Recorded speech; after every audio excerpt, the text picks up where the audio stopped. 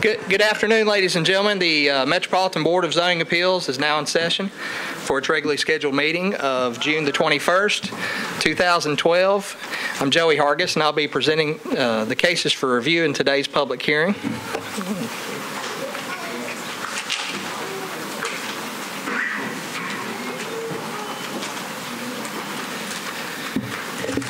Thanks, ladies and gentlemen. The audio in here is at maximum, so this is by far our largest attended meeting, so we appreciate you all coming. If anyone is hard of hearing or needs audio assistance, I do have about a dozen headphones that you can use to pipe in the sound. If you need those, please let me know at the end of this conclusion of our part. But the procedure will be to introduce the case record as the Codes Administration has it on the wall here by means of a PowerPoint presentation.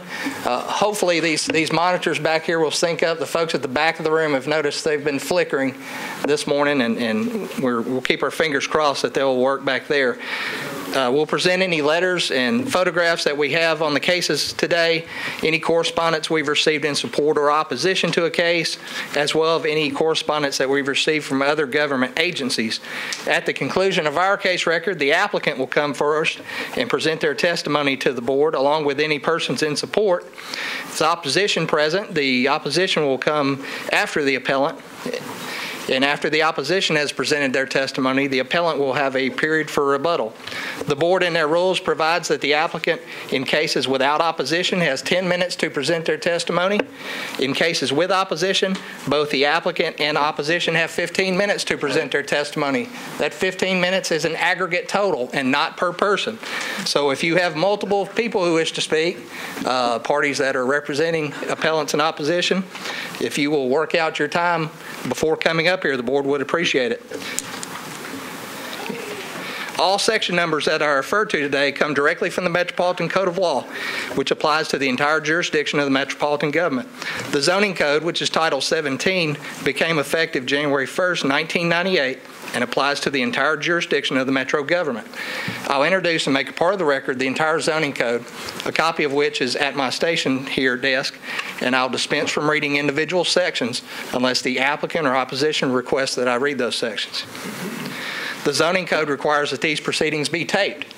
Therefore, anyone wishing to address the board, please come forward. On the desk is a button that says speak. If you'll notice, my microphone has a red ring around it. If that light's on, the mic's hot.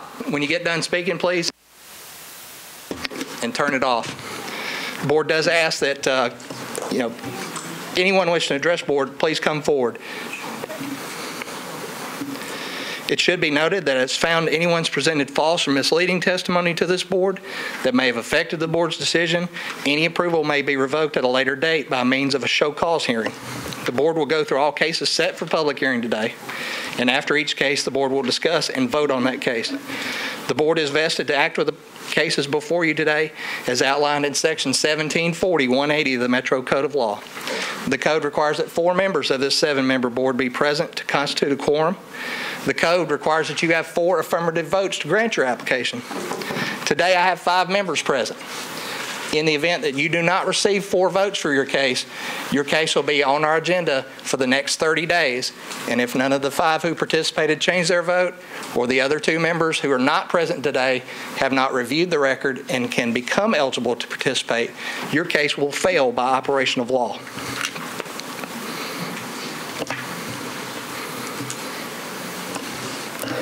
The applicant or any aggrieved property owner may request a rehearing within 60 days of this public hearing. Further, any applicant or aggrieved property owner may appeal this board's decision to Chancery or Circuit Court within that same 60-day period. But after that 60 days has elapsed, the board's decision is final and no further action may be taken. If you're an applicant and your case is granted for you today, it is necessary for you to come and pick up the permit for which you've applied. It should be noted you have 2 years from today's date to obtain such permit for your approval to remain valid. If you take out that permit within the 2-year period, your request is vested. If you do not take it out within 2 years, you have to come back and seek reapproval. Mr. Chairman, I submit that all cases were filed in proper order. Applicants were notified by certified mail as required by the code. All affected property owners within 300 feet were notified by first-class mail, and a legal ad was published in the Tennessean as required by the zoning code. And before I begin The board does hear from elected officials, and we'll allow them to speak first should they wish to, and I know there are several here who wish to address the board, but before we do that, I have a preliminary announcement. And Joey, it looks like General Services is bringing in some chairs for our overflow audience, so yes, and hopefully. And we may not have enough, and I would again ask, gentlemen, if you're standing, if you'll let the ladies have those first, we'd appreciate it. One preliminary announcement that we have today, case 2012-63, Victorious Life and Praise Fellowship Church. That case will not be heard today. If you are present for case 63, please raise your hand. Any other parties present? Okay, seeing none, this case will be deferred to July the 19th and will be heard at the end of that agenda that day. So case 63 will not be heard today.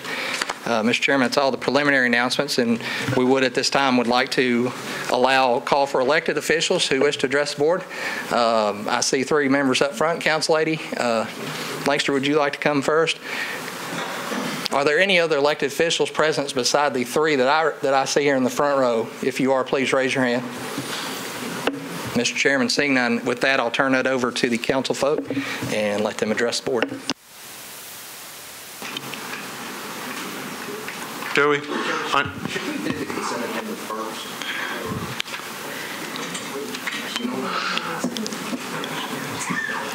I know, but just given, okay. Councilor Lancaster, welcome. Good afternoon, Mr. Attorney Ewing, and to Mr. Chairman Chris Whitson and other members of the Board of Zoning Appeal. It is a pleasure to appear before you this afternoon. It's on 2012-064, the Lee Chapel AME Church. And I would like for those individuals who've made a special trip down here today on such a busy day, if you don't mind, Mr. Chairman, if they could just raise their hands so that you can see the amount of people present. Thank you very much.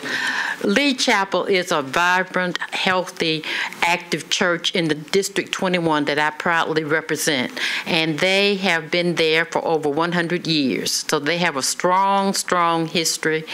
Their pastor is Pastor Thompson. At this time, they want to do a complete renovation. They want to demolish the building that they're in, and they want to rebuild on Dr. David Todd Boulevard, facing that street. And we've had a neighborhood meeting. It was well attended by church members and members of the community. Questions were asked and answered. The contractor, J.W. Frison, was also present with their design group. And we had a very, very fruitful meeting for an hour and a half. It is going to be a total renovation, a total facelift. It's going to be one of many, many places that the community is going to be proud of in District 21. And I asked you today to let you know that I proudly support the rezoning, the setback, the variances, and even the alley closure that they want to do. I know I have to carry that through council, but I asked you for your total approval today, and I thank you for hearing from me. Good afternoon. Well, Councilor Lancaster, thank you for being here today and bringing such a large group of people. Normally, it doesn't seem like a large group of people with all these other folks here, but it is quite a large group of people, and I know the AME is about to have their national convention here in Nashville at Gaylord Opryland, and so the president's wife is going to be one of the guest speakers. Yes, Michelle Obama will be back in town, so congratulations on all this work. And I used to live over near Meharry, and I'm very familiar with this congregation in this area, so good work. Thank you.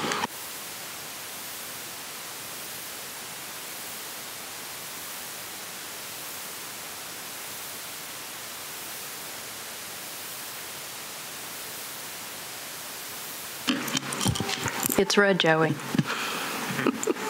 So thank you, everybody. I'm Sherry Weiner. I'm council member for District 22, and Mr. Whitson and Mercedes and David and Mr. Harper and Mr. King, who I haven't really had a chance to meet. I appreciate you accommodating me to be here this afternoon.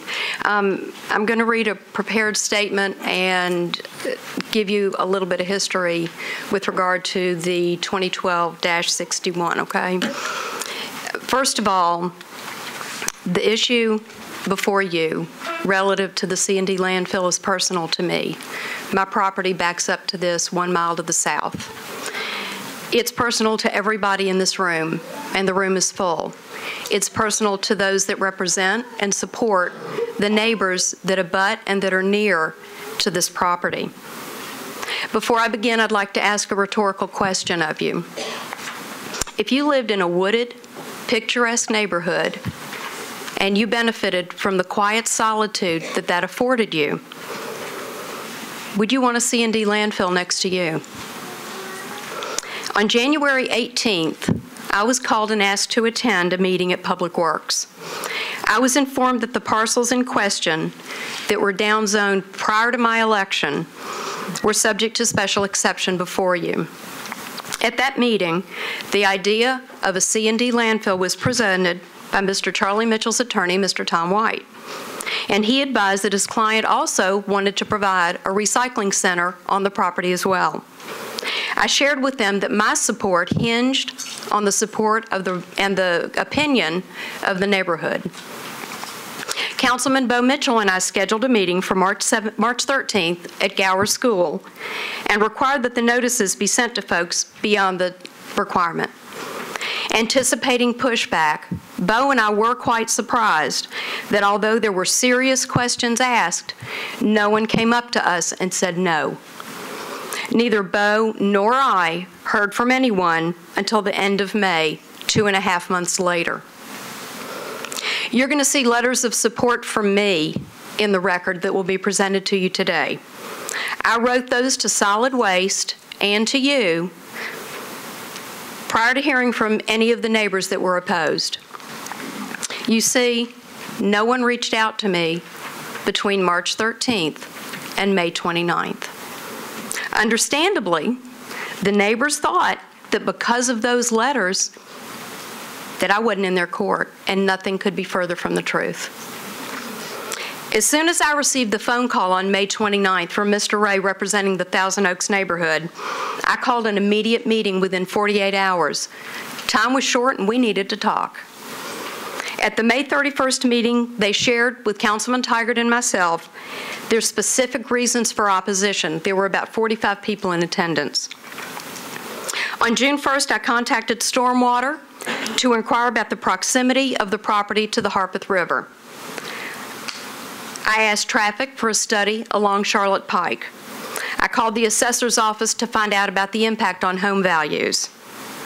I called the planning department and shared with them that things about those postcards needed to change and that the land use zoning website link needed to be clearly identified so that folks could look that up.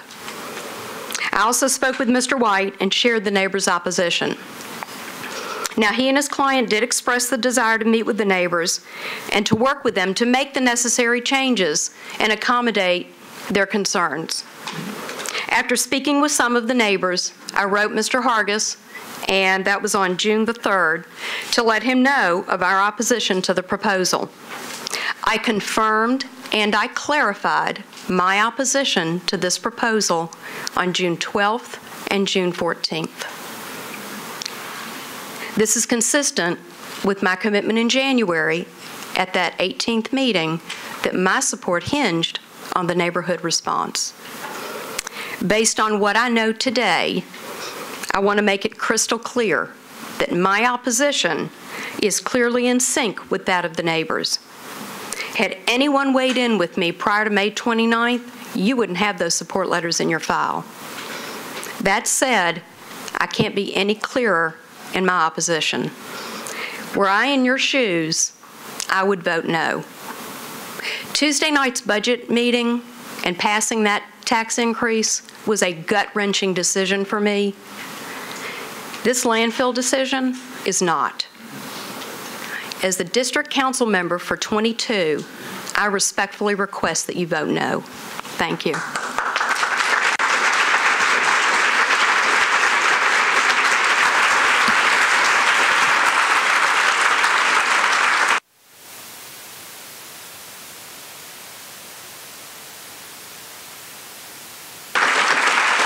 Ladies and gentlemen, thank you.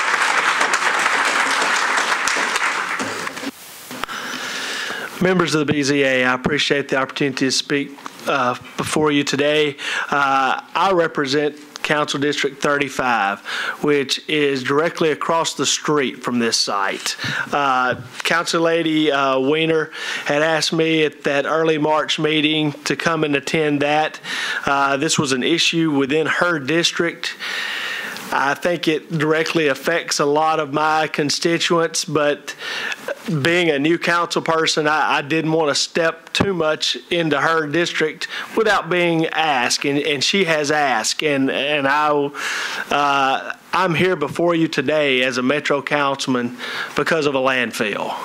A landfill was proposed near my home, and it went through all of the Metro boards, commissions, everything it needed to become a landfill. Fortunately, we were able to stop it at the state level.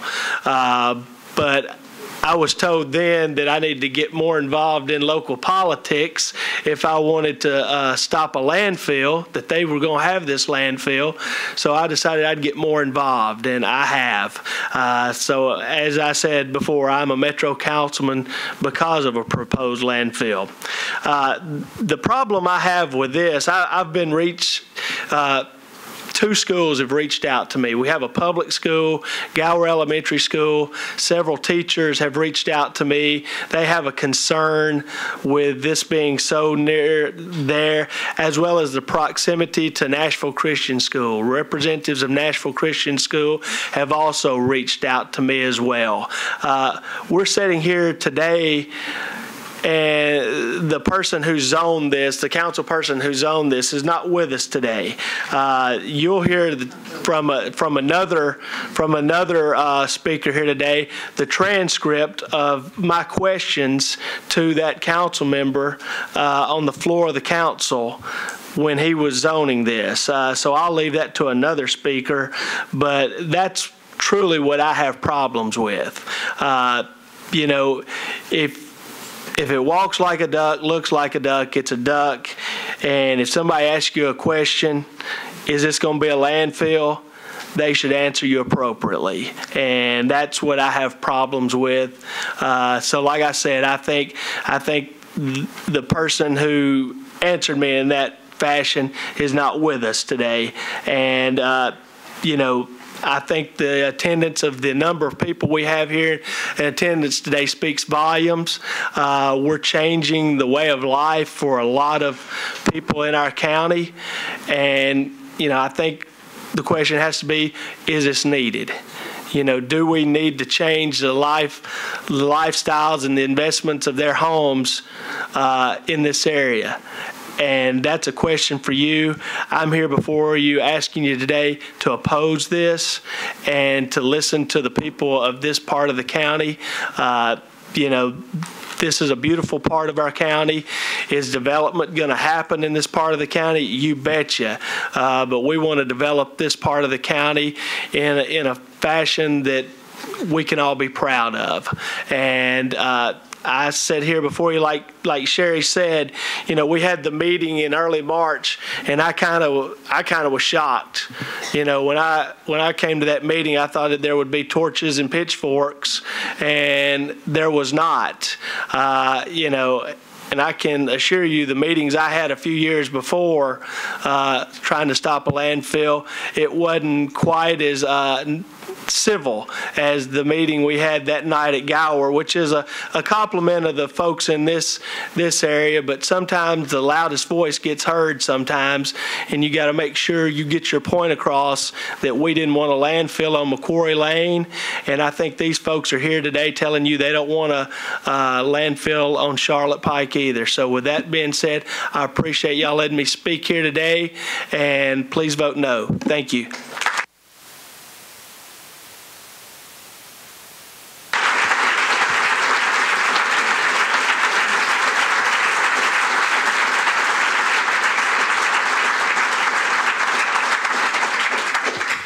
Excuse me, I am certain everybody wants to show their emotions and do it on a regular basis, but that really will just slow down the meeting. So if you could please hold your applause to the end, and certainly let's not have anything negative either. If we could just run this as streamlined as possible, that'd be nice. Thank you.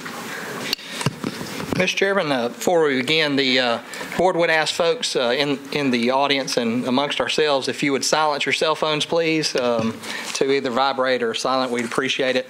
The board has a consent agenda, and prior to today's meeting, board member reviews, Chairman Whitson reviewed the cases for today's consent agenda, and the board member reviews, and if in their opinion testimony would not alter the material facts, they recommend the case for consent agenda and approval to the remaining board members. I'll call at this time cases recommended for the consent agenda, and if you are here in opposition to the case that I call, please raise your hand, please. The first case recommended for the consent agenda is case 2012-64, Lee Chapel, AME Church at 1728 Scoville Street, requesting a special exception and the variance and setbacks to construct a new church facility on the site. Is there anyone here in opposition to case 64? Final call. Mr. Chairman, seeing none, this case meets all the requirements for a special exception, and the hardship involved in this is the irregular shape of the property. And with that, Mr. Whitson recommends that case for consent. The next case recommended for consent, case 2012-65, Betsy Pogue, 817 Wilson Boulevard, requesting a variance in the side setback to construct an addition to the side of the residence. Is there anyone here in opposition to case 65? Chair, final call. Seeing none, the narrowness of the lot and irregular shape necessitates a need for a variance in this case. And Mr. Chairman recommends that case for the consent agenda. The next case recommended for consent, case 2012-66, 900 Wilson Boulevard, John and Sarah Downey. Is there anyone here in opposition to the request on case 66, 900 Wilson Boulevard? Final call. Mr. Chairman, seeing none, the exceptional narrowness of this lot necessitates a need for variance in this case, and you move that case for the consent agenda. And finally, last case on the consent agenda, case 2012-67, Mr. Mark Gwaltney at 1237 Davidson Road, requesting a variance in the setbacks to construct a attached garage to the residence. Is there anyone here in opposition to case 67? Final call. Mr. Chairman, seeing none, the exceptional topography and irregular shape of this property necessitates a need for a variance. And with that, you recommend cases 64, 65, 66, and 67 to the consent agenda. Do we have a second? I'll second. Okay, so we've got a motion, we've got a second. All in favor? Aye. All opposed? Passes. If you're here for cases 64, 65, 66, and 67, your cases have been granted. You are free to go. And as those folks depart, the folks standing, if you would please take their seats. We appreciate it. Mr. Chairman, if you'll give me just a moment, let me set up the, I'll call the case. First case on the agenda today, case 2012-61.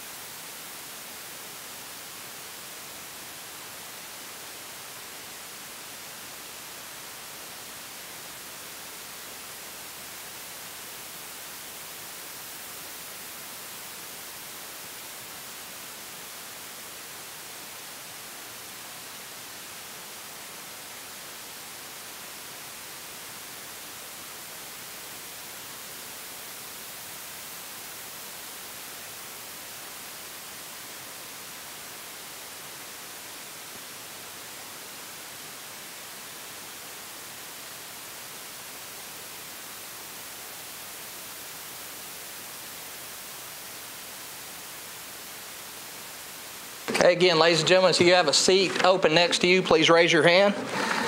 Any open seats, please, guys, come down and have a seat beside these folks. I'd like to get everybody in a chair if possible.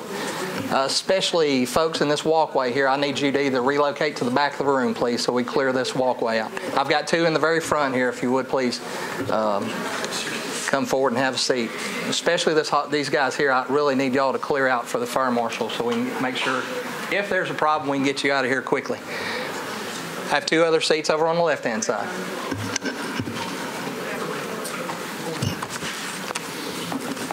Good deal. Thank you all for your cooperation. We'll get started.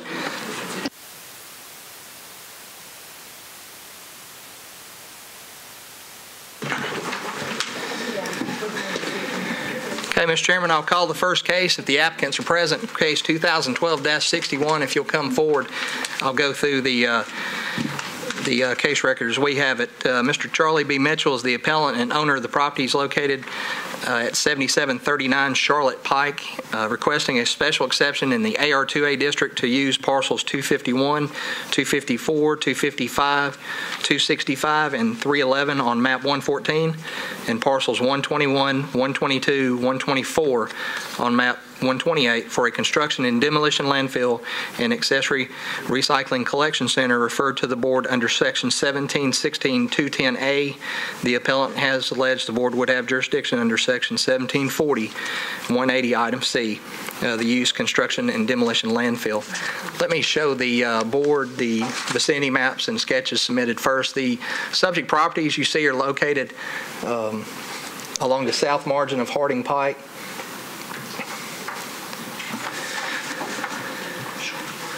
Charlotte Pike, I'm so sorry. I know, everybody's like, what? I'm sorry about that, y'all. Charlotte Pike, this will be just west of Interstate 40, again in the Bellevue community. These are the parcels involved in today's appeal, which you see in blue. This is an aerial photograph of the subject property, approximately February of 2010. It's the latest aerial photograph we have of the site. I do also, members of the board, have access to our GIS system here should you need. The most recent photographs I'd have on the site would be 2011 in February. This is the site plan submitted by the applicants in the case. The proposal, as you see, areas for C and D placement located in these two portions. I'll obviously let the applicant cover that more during their testimony. Also proposed a recycling collection center along the front portion of the property, entering in from the existing ramp that's on Charlotte Pike there. These are views of the subject property. Members, again, and folks with us, site pictures are rare in a case of dealing with large acreage tract, and I'm going to refer pretty frequently back to the aerial photograph. But this is looking into the subject property on my visit to the site from Charlotte. Again, this is the flattest portion of the site along Charlotte Pike. You see a structure located on the property there. And then views in the upper left-hand photograph, my truck parked there. That entrance that we were just looking at is right there.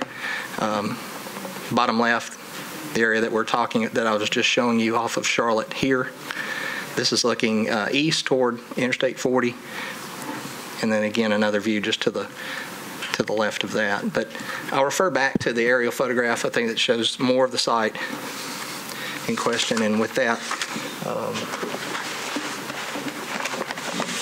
members of the board, you have received comments from the Planning Commission, from Public Works, and we have received a signed petition with 189 signatures opposed, as well as of this morning, 148 letters in opposition. I do have one letter in support, and you have heard the comments from the council members on this case. And with that, I'll turn it over to the appellants in this case.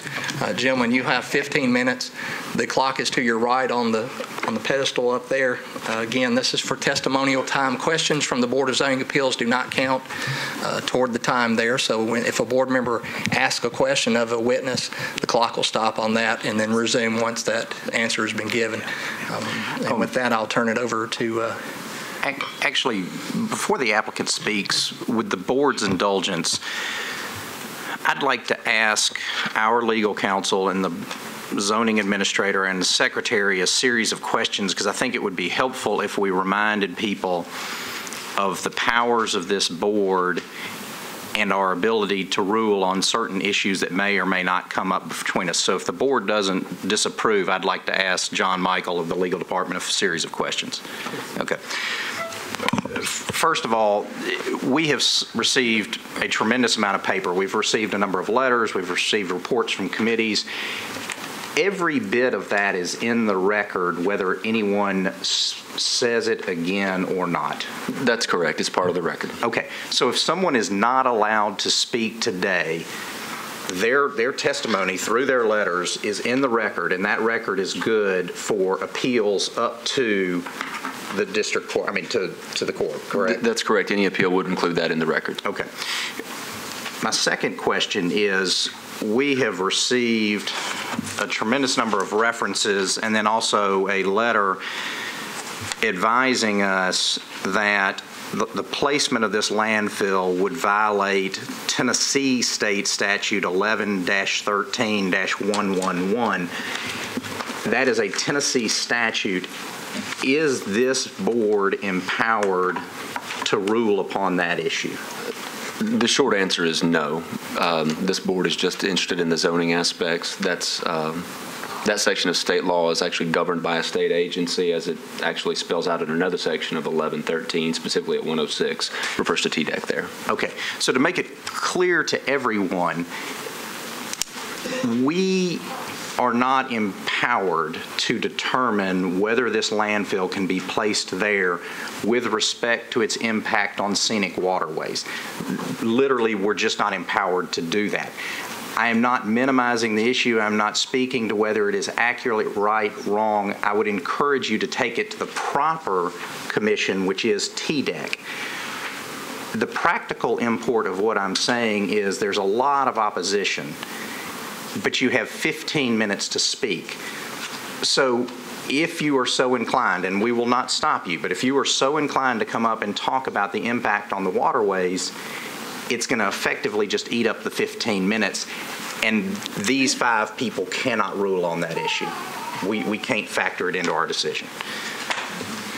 So my next question is, and this is just for clarification, we have received reports from 3 different metro committees, and I'm going to give, and by the way, I'm asking these questions of John Michael, but I'm asking the zoning administrator or secretary to speak up if at any point I say something inaccurate or you disagree. 3 reports, 3 metro agencies. A quick synopsis of each of those reports, I think are as follows. First, we've received from the Davidson County Solid Waste Region Board.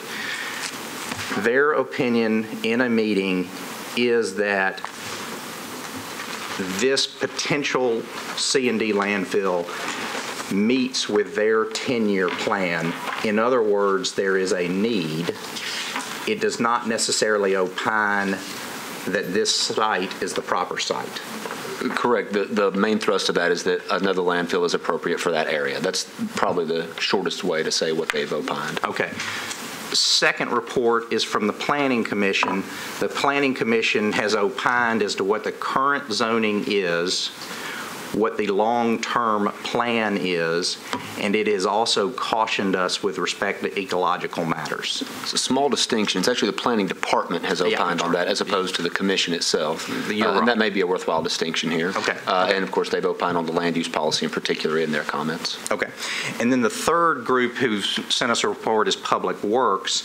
And Public Works' opinion is essentially that they are eager, or not eager, they would like to have a recycling collection center on this location, and they've also opined that they think the roads can handle the traffic.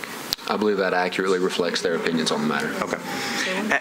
Again, we're just trying to streamline the issues here.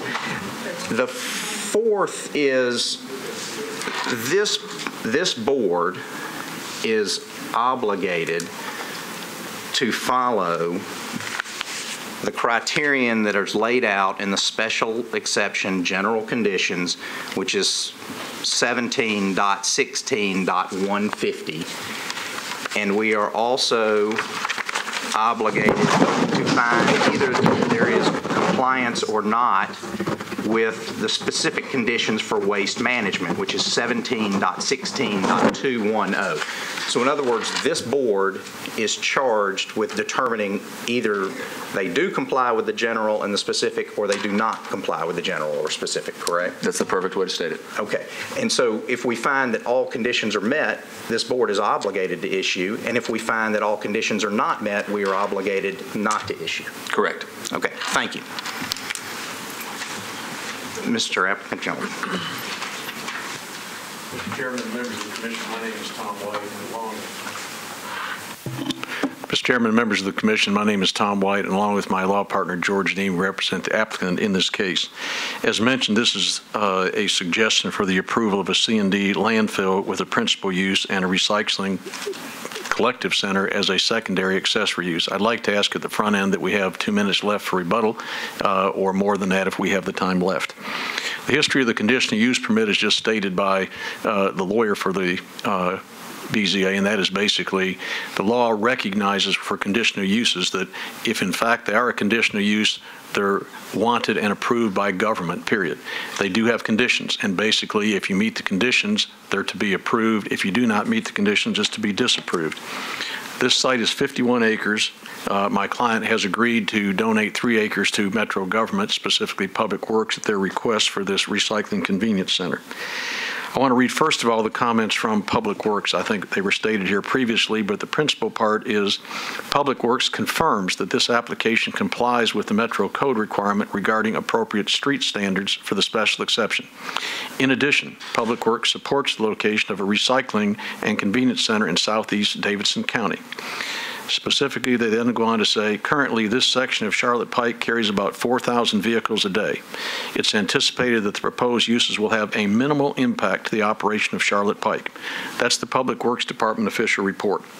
Now, with respect to these specific conditions, let me just say at the front end, those conditions are pretty basic and direct.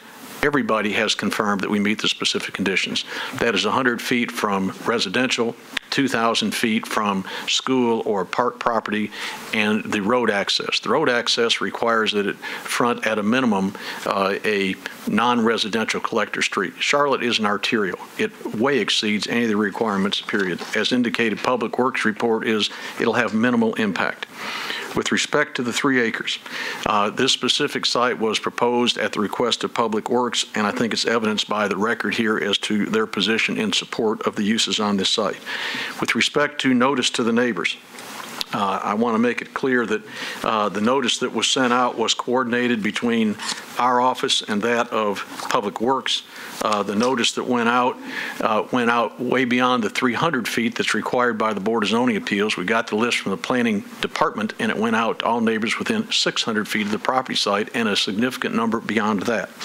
With respect to the notice, it says the topics to be discussed will include the proposed use of certain property for a Metro recycling and convenience center, drop-off site, and for the management of construction residual fill. Can't be any clearer about what was to be discussed.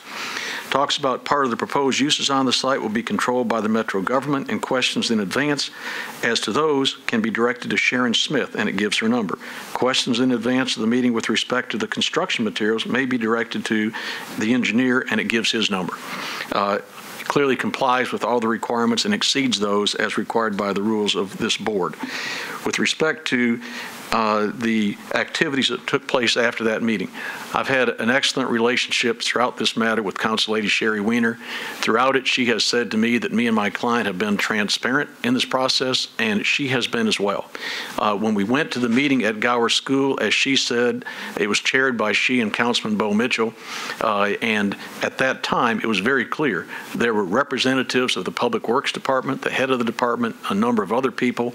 In addition to that, Metro Stormwater was there. They had representation. That gentleman was identified and addressed certain issues. At the end of that meeting, as the council lady said, it was relatively clear there was no opposition. I don't know how many people were there. I'm guessing 40 to 50, but there were a significant number of people there. At that time, in fairness, Council Lady Weiner wrote a letter to this board, which basically indicated that the meeting was held at that date and time, indicated that there were representatives of Metro Public Works present, talked about the proposed uses on the property, and at that time said, basically, I'm supportive of the proposed uses on the site, and if possible, will attend the BZA. Now, it's very obvious that, as she said, no one communicated with her prior to that letter, and apparently not for almost 6 weeks thereafter. And then, for whatever reason, in my opinion, she received a huge torrent of comments after that period of time. Now, the people here realize she's the council person. She not only was supportive, lives almost at the base of the property. And I give her incredible credit for being open to the suggestions that were going to take place on the property and having the fortitude to step up and say, I think this is a good thing for the city. As far as she knew at the time, her constituents were not supportive, at least not opposed. The rest she's told you, I'll leave that to her. She's been transparent and totally credible throughout this matter. She'll tell you the same thing about us. With respect to other matters that took place thereafter, we appeared before the Metro Solid Waste Board on March 29 of 2012. As the chairman said, that transcript is in the record. Now, we have to remember the only Metro agency that determines whether or not you should have a landfill and where it should be located is the Metro Solid Waste Board, no other entity. That's a board appointed by Metro government. That's their job. That was a meeting that took place on the 29th of March. And the one thing I want to clarify to the chairman said a moment ago, they approved it, but they weren't specific as to site. That is not correct. The letter states very clear, this is a letter, Exhibit 4, that goes from John Sherman, the chair of the board, to Commissioner Martineau at TDEC. And he says, this letter is to inform you the Solid Waste Board met to consider a construction and demolition landfill application submitted by Mickey Mitchell. The proposed landfill property is located at 7739 Charlotte Pike, Nashville, Tennessee. After reviewing the application, the board determined that the application fit within the region's 10-year plan. So I bring to your attention that correction. It was absolutely site-specific. This board said, yes, we need another C&D landfill as part of the waste stream program. This site is a good site for it, period. Now, after that meeting on March 29, it was a unanimous decision by this board that went to the state of Tennessee, to TDEC. You've looked at the record that is part of the record here from that transcript. It's very obvious. Metro Public Works took the lead in this. You can see the testimony. It's absolutely clear that Public Works had the responsibility and decency to look at this matter and concluded that this landfill at this site was appropriate. They supported it, period. Now, as far as other reports that you've received, there's a report here from the Planning Commission. I want to talk about that very briefly. First of all, as was clarified, it's not the Planning Commission, it's the staff of the Planning Commission, the department, as was clarified by Metro Legal. What they said basically was 63% of Bellevue has got steep slopes. That's one of the problems with this site. Obviously, if you're going to have a C&D landfill, as was mandated by the board, and you're going to look at a place in Bellevue or in that corridor, basically every site's going to have these issues, period. You got 63% of the slopes. You eliminate the flat property in that area, there's basically nothing left. So my point is, with respect to the staff comments, it's very clear the site is steep. It's also very clear that's one of the reasons that makes it ideal for a C&D landfill. You get in there, you basically have got these cavernous valleys, which you've seen is on that map right ahead of you. You line it with clay, which is required, and after you do it, construction and demolition materials are placed into it. Now, the presentation by the staff also goes on to say that they proposed a 500-foot separation from the C&D landfill to residential. Under the Metro Code, you're only required to do 50 feet. It's a buffer D. That's what it is, 50 feet. There's 500 here because my client was aware that the state would require 500 feet. So we didn't go half-baked. We looked at the state requirement and put it in there. The conclusion from the planning department was basically as follows. They concur. We meet all the specific conditions. That's no question about that. They go on to say the board should consider the long-term environmental impacts of the proposal. And that's exactly what TDEC does, period. This board doesn't profess to have environmental expertise. TDEC is the only agency in the state of Tennessee that has the environmental experts. They check stormwater, groundwater, et cetera. They're the ones that do that process. It normally takes 6, 9, 12 months. It's a very expensive proposition. We understand that has to be done. Now, I will comment at this point that to this board, whose job is it to determine whether or not there should be a new C&D landfill in Davidson County, and where should it be? The Metro Solid Waste Board. They unanimously indicated this site should be it, with incredible support from the Public Works Department. The second matter is, who has the expertise to review the environmental concerns? That's clearly TDEC. And I've indicated my client is aware that road is ahead of them. They've got to go down that road. They're ready to do that and demonstrate it. I call to your attention Exhibit number 8. Exhibit number 8 is from Joe House, the engineer for my client. His resume is attached. He's got an incredible resume dealing with prior landfill locations. As his resume also indicates, for a number of years, he was one of the key people at the state. Quote, he was the chief technical advisor from 1990 to 1995. Quote, this site offers significant advantages logistically for the development of a C&D landfill. A very capable engineer who addresses the environmental issues and says that they would be met. I would ask at this time that the board allow my client just a few minutes, and we'll still keep at least the 2 minutes for rebuttal. Thank you, Mr. Chairman.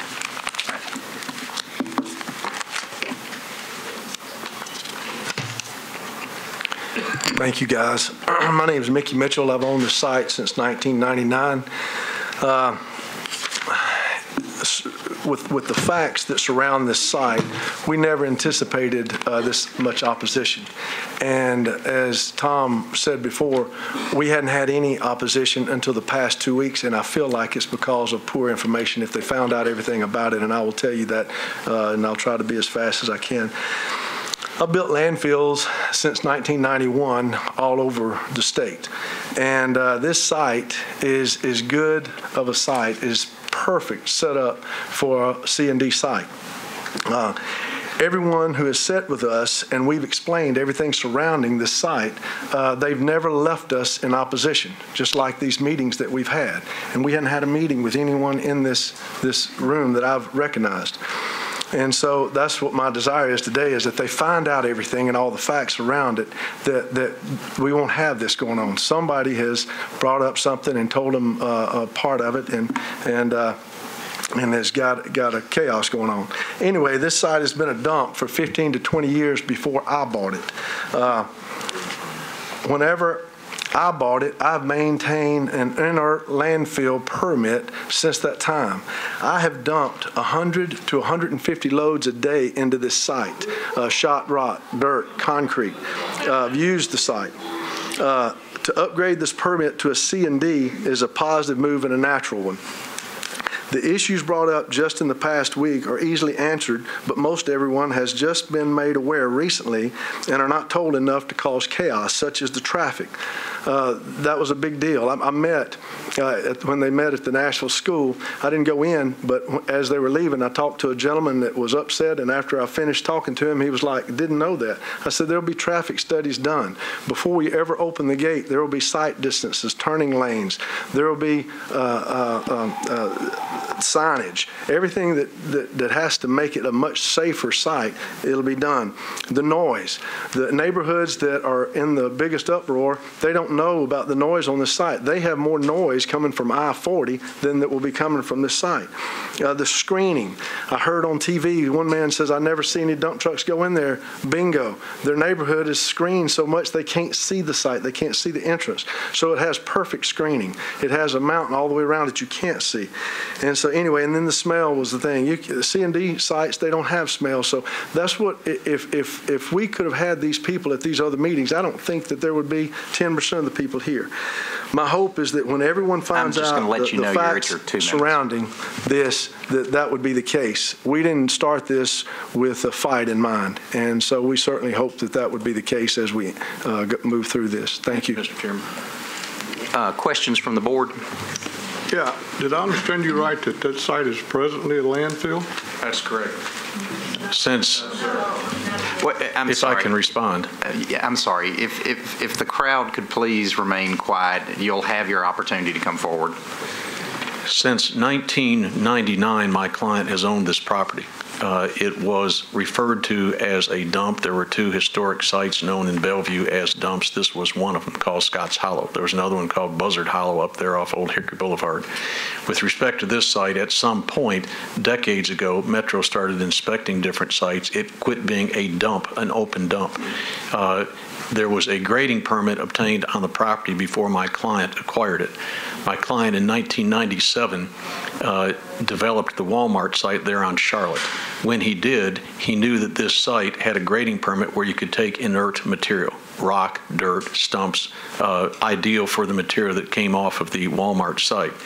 My client contacted the then owner, who was the Scott for whom it was named, and took as he indicated, approximately 150 trucks a day to that site for the period of time that the Walmart site was being prepared.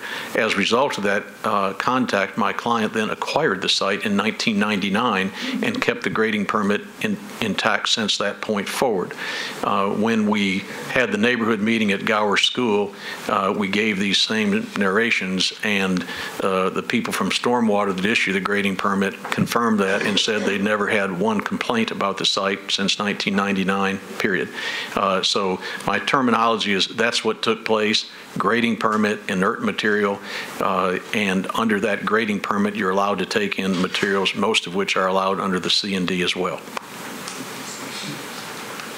Mr. White, how many C&D landfills are in Davidson County, and why is there a need for one right here? There are two at the present time. One is the waste management site over on Highway 12. The second one is a site that Mr. Odell Binkley operates in the Hermitage at Donaldson area. And the very thing you asked about is the decision by the Metro Solid Waste Board. They have to evaluate the life that is left in these landfills and determine whether or not at some point there's a need to have additional space for C&D landfill. That's a decision that the Solid Waste Board only makes. They did it. They concluded that the one in Hermitage Donaldson has extremely short life. The waste management has greater life, but that looking forward, there was, number one, no C&D landfill in the Bellevue western part of the county. The closest one is waste management, which is Highway 12 at Bordeaux. And so they looked at the life of the other two, concluded that there was a need for additional life and that it was consistent with the 10-year plan. That was what the board decided, based in part upon the recommendation of Metro Public Works. So when we're building in Nashville these big office buildings, schools, or other projects, where does that debris go? Well, there's no guarantee that it all ends up in the two C&Ds in Davidson County, because if you've got a project on the perimeter, it'll be taken to a contiguous county.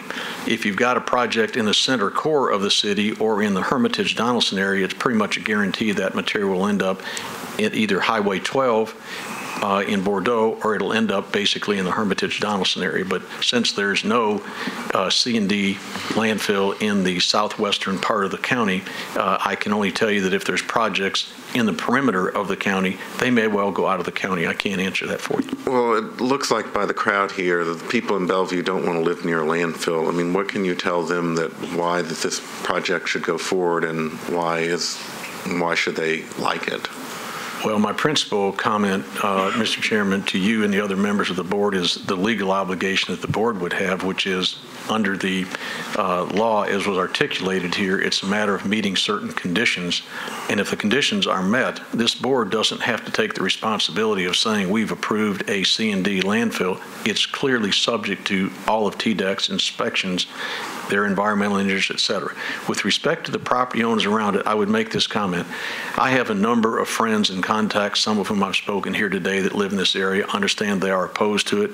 I do believe in part what Mr. Mitchell said. If they had been present for some of the presentations and saw the operation, there would be significant lesser opposition, because there's been comments made about hazardous materials, chemicals, et cetera, that can't go in the C&D landfill in the first place. The second part of it is because of where it is located, and you're looking at the pictures, virtually very few people can see the site and the operation on it, as evidenced by the fact that my client was taking 150 truckloads a day during the 1997-1998 period, and basically the community was unaware of it. With respect to the other things that take place, Public Works is the agency that has to approve access to the site. They've been very clear in saying that they would suggest a number of different things that need to take place before they can operate on the site. They've talked about turn lanes, they've talked about queuing, and I want to emphasize as well, there's been significant support from Public Works throughout this project for recycling in Bellevue, and I want to clarify this for a minute. There have been a number of sites in Bellevue that are no longer available for recycling. The board may be familiar with those, but there's some where the businesses in the area have just said, we don't want those on our property anymore. Those have been articulated by the Public Works Department. If it's located on this site, my client has agreed that they would give to Metro the 3 acres for the recycling efforts that Metro would You're talking about propose on site. recycling glass and newspaper and bottles and things like that. That's correct. Whatever is allowed under the recycling collection center, Mr. Ewing, is clearly what can be taken Well, in. once again, let's emphasize what's going in this landfill, Mr. White.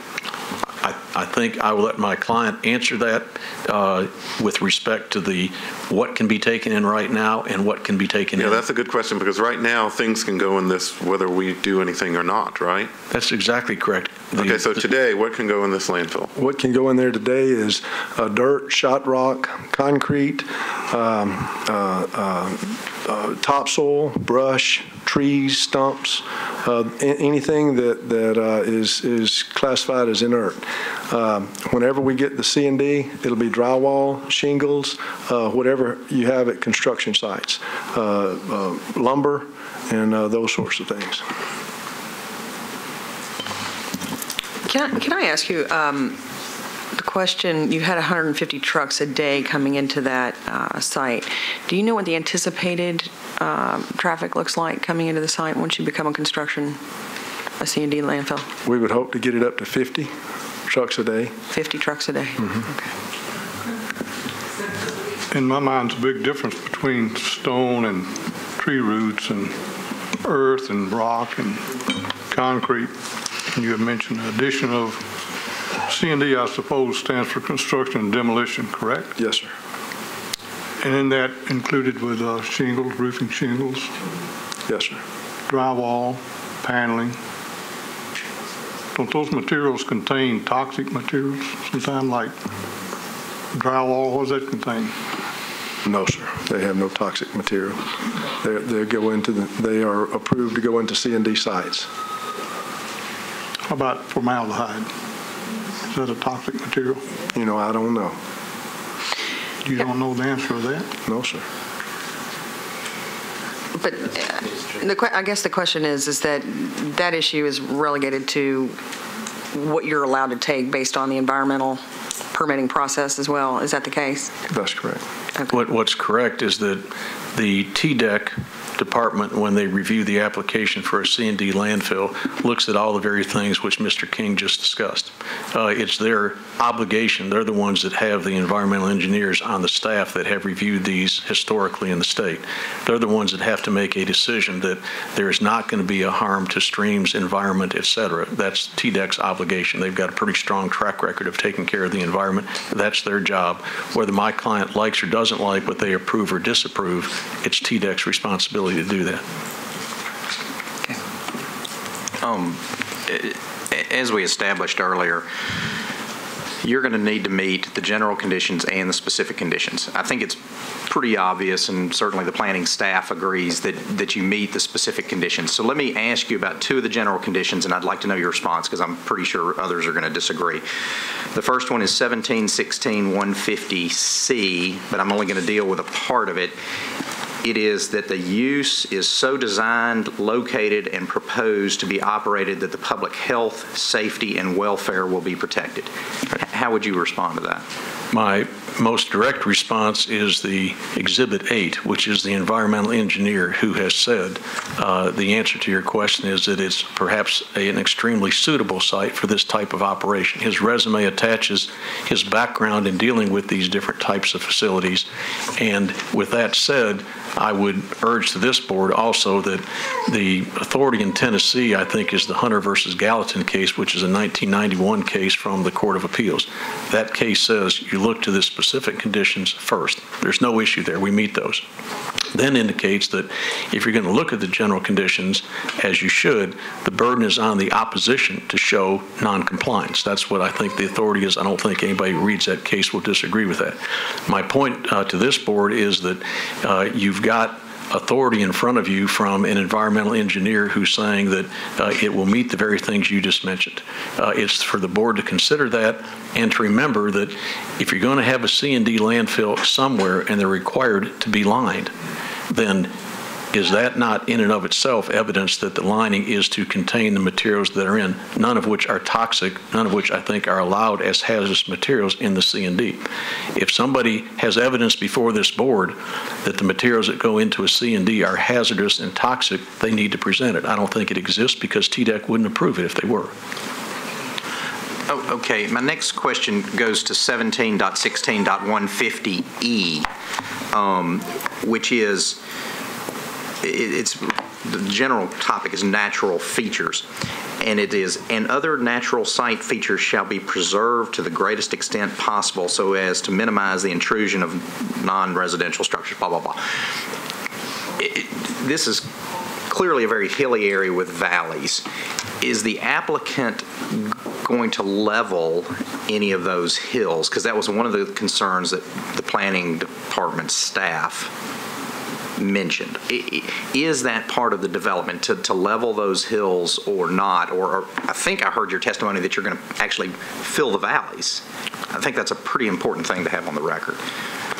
Yes, sir, that's correct. The less excavation and moving, the less expensive it is to prepare the sites. So the plan would be to minimize the excavation and maximize the airspace. So that utilizing the valleys is the primary reason that this site makes the perfect C&D site. Mr. White, you mentioned, and also Councilman Weiner mentioned too, that this process was going along pretty well, no controversy, no complaints, and up until very recently. This is a very large crowd for the BZA, as you know. When I walked in, I thought we were voting on a tax increase or something. So how did we get here? I mean, what has changed so much in a month or two? It's the same application, so how did we get here? I think either people knew that it was Chris Whitson's birthday. I'm just teasing, it's not. But basically, I have got to leave that explanation to the folks behind me. As I said, Public Works has been visible with their support throughout this matter for the last 6 months, as evidenced by the record that you see. So I've got to believe that in part, persons either didn't respond, didn't feel like they wanted to contact the local council lady. I really don't have a good answer for that because the council lady made it very, very clear to me and my client, no matter how interested Public Works was in utilizing this site for recycling and for construction and demolition material, she was very clear. We're going to have a meeting and determine what the interest is in this project. And that, to her, as she told me, was going to be the litmus test of her support. She's told you in her own words what took place. I can't answer, Mr. Ewing, what did take place. I can just tell you that we complied with all the notice requirements and beyond. I attended that meeting. I'm not talking vicarious. I was there. And at that meeting that took place at Gower School, they had 3 or 4 of the hierarchy in Public Works, including the head of the department. You had several people from Stormwater, incredibly capable, knowledgeable. They talked about the very issues which this board raised. What can you do with a grading permit? What can you do with a C&D? And they talked about that under a grading permit, you can basically go up to the property line. This has a 50 feet under the Metro ordinance and a 500 under the state. And perhaps it was that people listened and felt like this man, my client, has been there since 1999, brought in 15 trucks an hour for a period of time. Most of the people didn't even know it was in operation. Most of the people said, I didn't know they're taking in material there anymore. That's how out of sight, out of mind it was. Those aren't my comments. Those are the comments from the people that attended the meeting, including Council Lady Weiner. In fairness to her, when she heard some 6 weeks later, she jumped on it immediately and has told us the position since then. But I want to be absolutely clear. One thing's very certain. She has said that me and my client were transparent from the outset, and that's exactly where we are. The Public Works Department didn't start into this thing in order to get into a beehive. They started into it because they felt that there was a need for a C&D landfill in this part of the county and at this site. And they had an applicant in my client who was willing to say, we'll give you 3 acres for a sorely needed recycling area in that part of the county.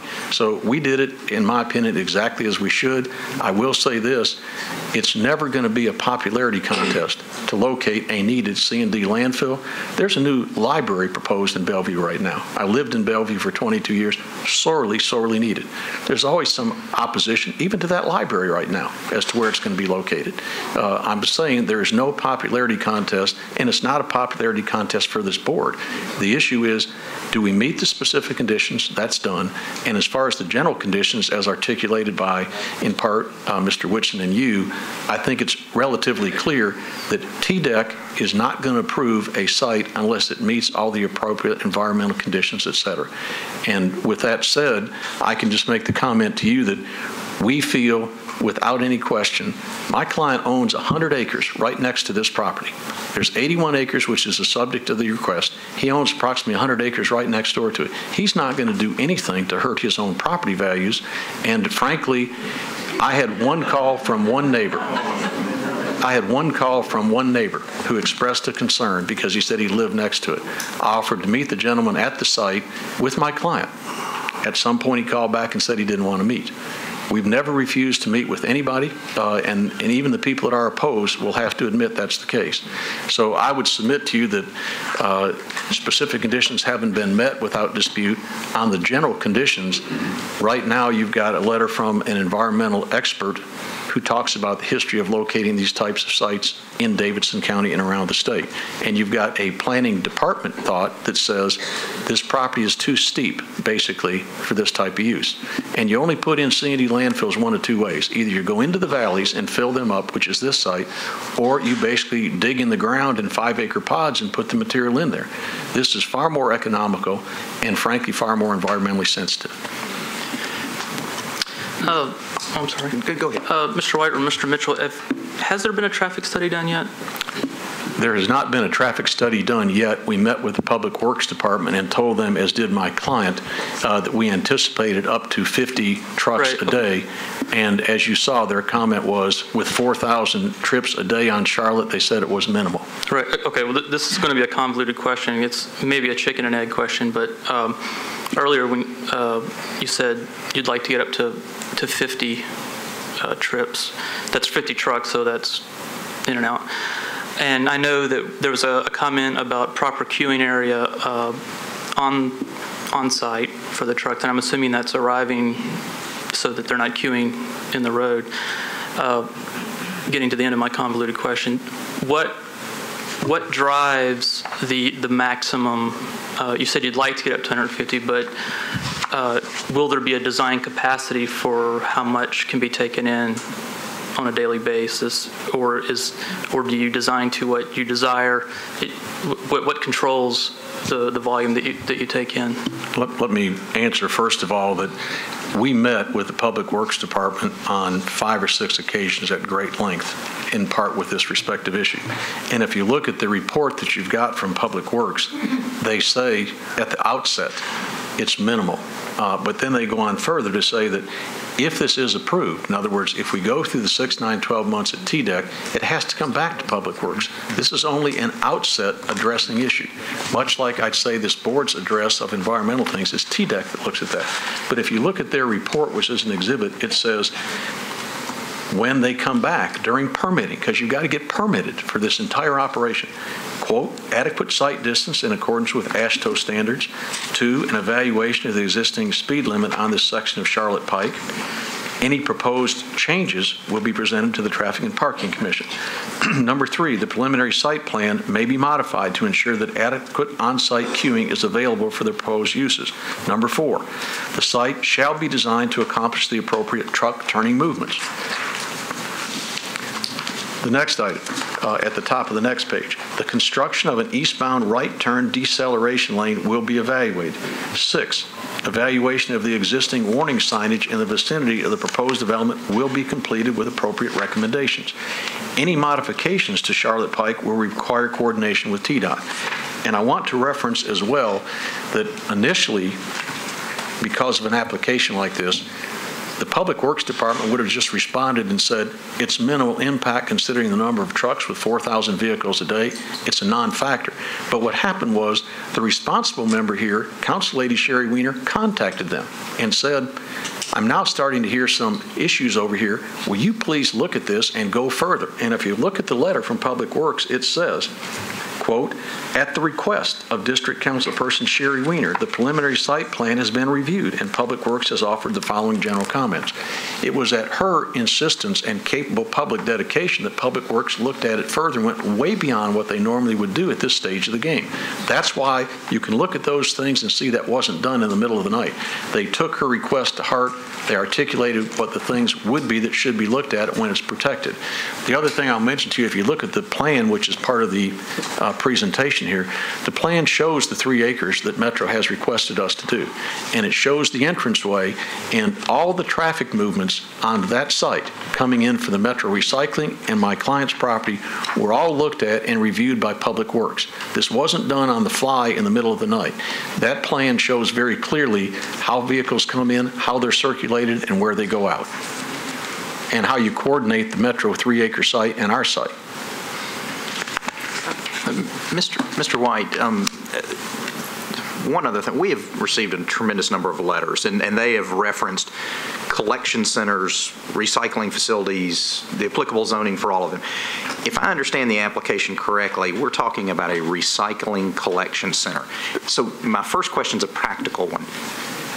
That is where when I go to Hillsborough High School, that's a recycling collection center, correct? So it's basically individuals coming in and dropping off their weekly plastic or whatever. Would the applicant be willing to stipulate that that is all that will, I mean, that besides the C&D, would it always be a recycling collection center? The applicant is clearly committed to saying that, okay. And I want to be very clear here. There have been a number of issues raised, which I've seen come down to the board, saying at some point comments were made by Public Works, not by me, not by my client. Right. Comments were made that said collection, or there was perhaps a poor use of the term. And the comments that were received were, you can't put a collection center on this site or a recycling facility. That's exactly correct. And my point to you is the persons that have written down here and have objected have said, you know, you can't have this recycling on this site and the convenience center on this site. And my comment to you, Mr. Chairman, is they clearly don't want it on the site. I mean, as you look at their response to the board, they say, here's an issue that has come up and you cannot have this convenience center on this site. They're very clear about that. Well, they can be asked here at the mic, would they be pleased if there was a convenience center on the site? That's not what they're looking for. And I'm making the commitment to you, the use on that 3 acres was always left and dictated to by Metro. From the very outset, we said it's your property, we'll give it to you. So it's Metro's free and clear. What's the arrangement for the actual The arrangement is that there are 3 acres as shown on that site plan that you're looking at there. My client has agreed to give that 3 acres to Metro, period. No money involved. We agreed to prep the site for Metro. So Metro will own and control. That's correct. And beyond that, there was an agreement that these centers often generate monies. And there was an identification by both council members as to the respective groups in Bellevue that they wanted to benefit by that. Very worthwhile. The library was one. I believe the community club was a second. I can't remember right now, but at that meeting that took place at Gower School, we basically confirmed that there are monies that are generated by sites like this, and it was Metro Public Works' position that the local council persons ought to select the appropriate local charities. That's what took place. That's the ones they picked. Does the board have any other questions?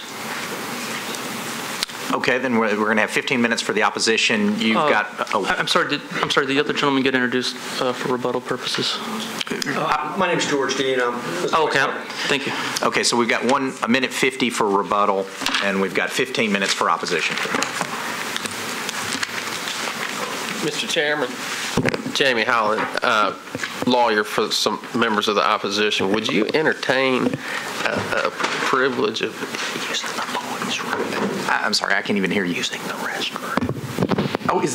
Yes. We could take a 5-minute break. Thanks, Mr. Chairman. Board will stand in recess for approximately 5 minutes. Thank you.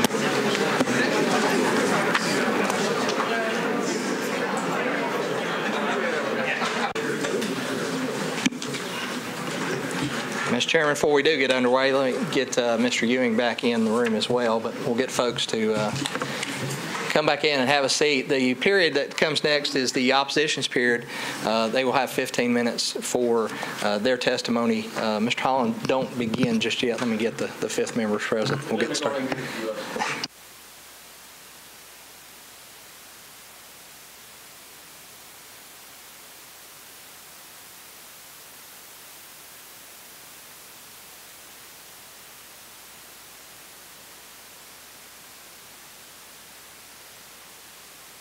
If you'd introduce yourselves, that'd be appreciated. Thank you, Mr. Chairman, members of the board. I'm Jamie Holland, and I represent Kerry Carver, who is to my right, who has a perpetual easement across this portion of the site, and he lives at 114 Forest Valley Court. I also represent Chris Corby to my left, and he lives at 7661 Charlotte Pike.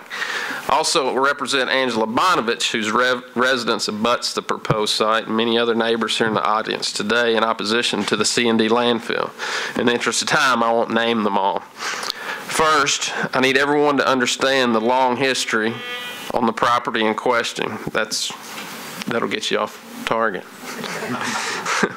Previously, the property was zoned R40, and a request to change the zoning was first heard by the Planning Commission on October 28, 2010.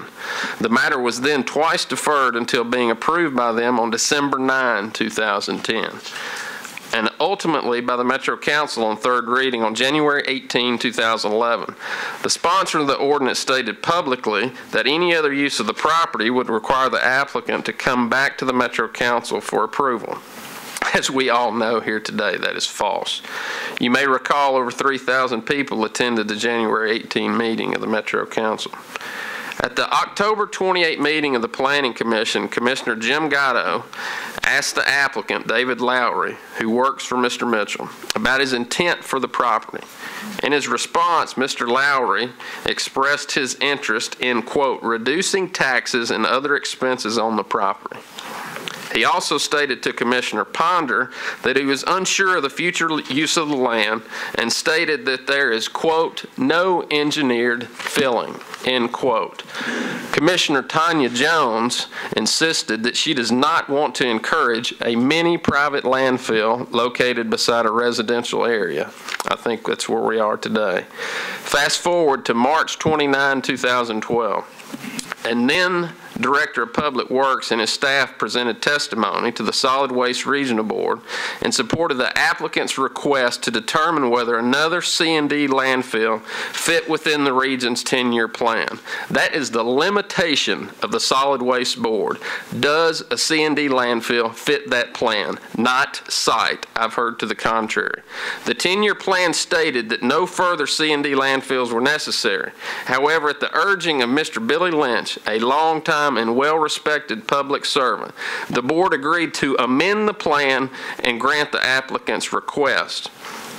It is important to note that the rationale and the board's impetus in granting the request was grounded in a desire to put a, quote, convenience center, end quote, in the southwest portion of Davidson County, and the desire to follow the wishes of the Director of Public Works, none of which is relevant for your decision today.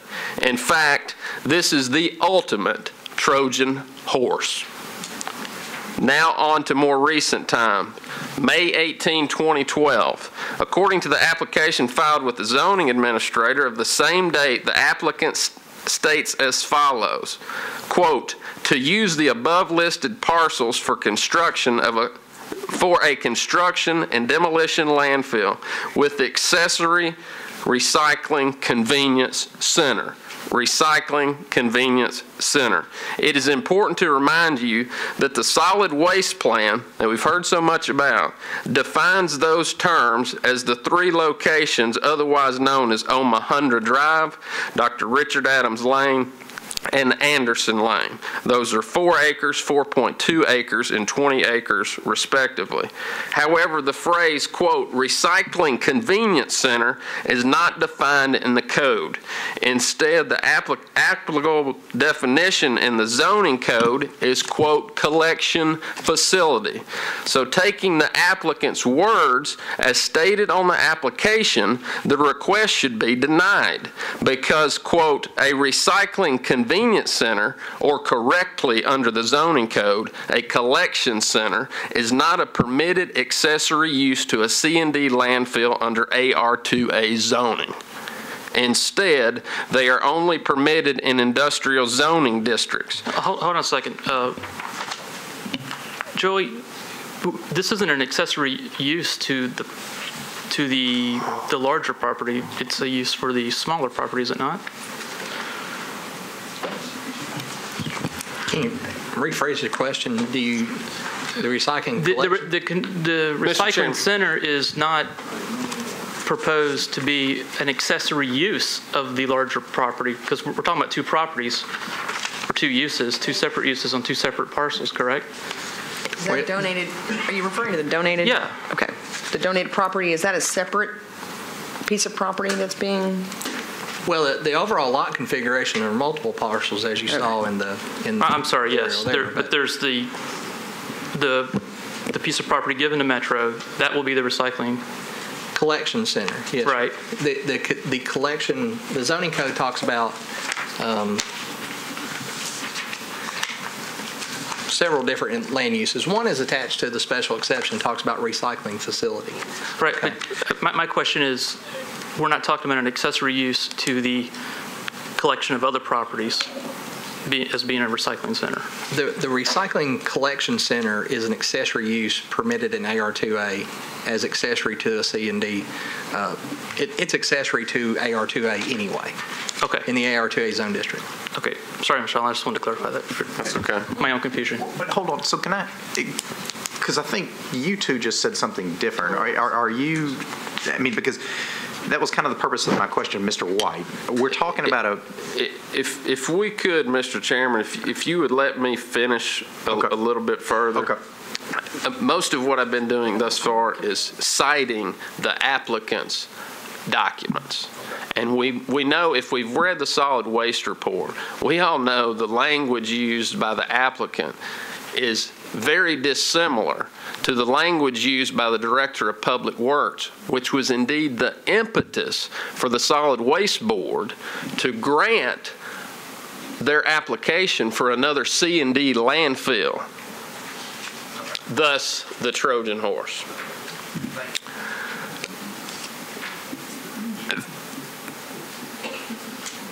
Okay. Instead, they are only permitted in industrial zoning districts. Moreover, the 3 collection centers, that's how the zoning code defines it. We're talking about the Omohundra, the Anderson Lane. They have to be approved only in IR zone districts. That's consistent with the zoning code. The 3 that are out there now, they're zoned IR. Now, it's June 18. And the applicant on page 1 writes the following, quote, this request is to permit a construction and demolition landfill with an accessory recycling collection center, end quote. The applicant drops a footnote on page 1 there to accurately define such an accessory use as a drop-off facility. The one behind Hillsborough High School. You come in, you drop it off. There are 13 of those in Nashville, and they are permitted all across the zoning code. You name the use, you can add that as an accessory use. And true in AR2A. In the last sentence of the footnote, the applicant states this application does not include any request for a recycling facility or collection center. If you're like me, you're reading all that, you're hearing all this, and you're thinking, I've gone 180 degrees back, and I'm not sure where I am. This is in direct contradiction to the express terms of the application and the June 18 letter to this board. This is a good point to recap. if we could. Drop-off site, collection centers, convenience centers, recycling facilities, all of this is simply word soup designed to disguise why we're here today. The reason we are here today is to determine whether or not we need a third C&D landfill in Davidson County. I submit to you the answer is no, we do not. I'm sure the citizens of Southwest Davidson County would like a convenience center in their area, but not at the expense of their health, safety, and welfare in conjunction with a noxious use as a C&D landfill. If the application is not denied, Metro has no more stake in this process. It will all be left in the hands of the state of Tennessee. In the operations manual, which is attached as an exhibit and has been cited oftentimes by the proponent, is that he will be granting 3 acres for and you'll have to look at this language yourself, for a, quote, recycling convenience center. Again, that is not an accessory use and must be zoned industrial. Even the smallest one, as defined in the solid waste plan, we're talking about that Omohundra, Anderson Lane. That's the precise language in our zoning code. Yet in the June 18 letter to the board, the applicant states the 3-acre grant of land will be used as a recycling collection center, a drop-off site. Just further down, we're on page 2 of the applicant's submission on June 18. The applicant again inconsistently states the application, quote, includes an accessory recycling convenience center as a part of the project, end quote.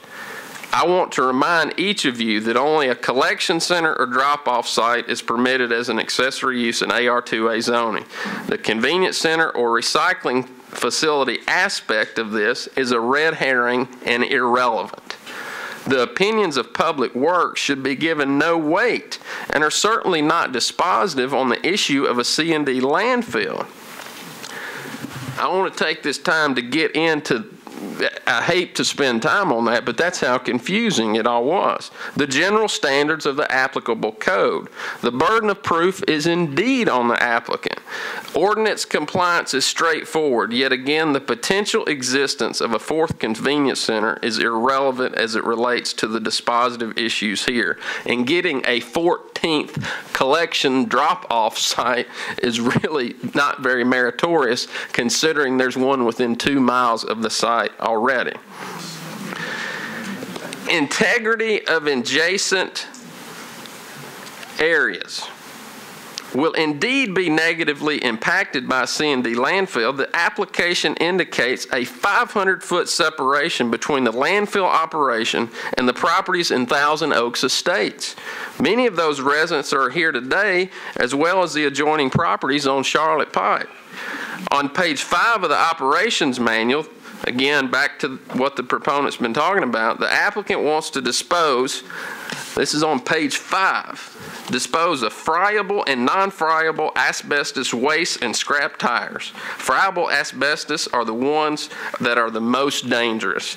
They easily release asbestos fibers into the air, and those fibers pose a significant health risk to anyone nearby, at least according to the Mesothelioma Society. But according, excuse me, sir, but according to the standard to which that is allowed, there are guidelines, again, not the purview of this particular board, that cover all that. I mean, if we give someone a building permit for, approve a variance for someone to build a house, it's assumed that they will not use lead paint. And if someone alleges that they could use lead paint, that is not a reason to deny it. And I with all due respect, I really don't think your argument is on point. We're talking about the, I respect that, but would respectfully disagree because we're talking about the integrity of the adjacent area. And when asbestos fibers go into the air, if you happen to live within 500 feet of the operation, I would bet it would impact your quality of life and not just speculatively. Having a background in construction, anytime the environmental requirements require encapsulation of asbestos when it's put into a landfill.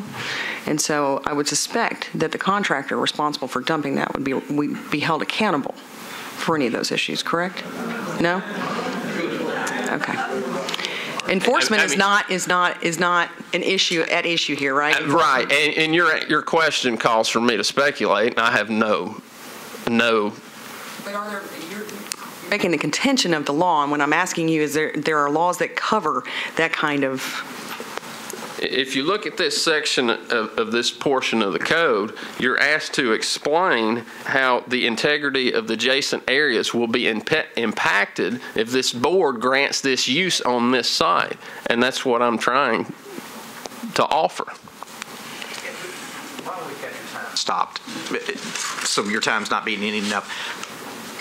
I really got confused, I'm sorry, in your discussion about which type of recycling facility we have.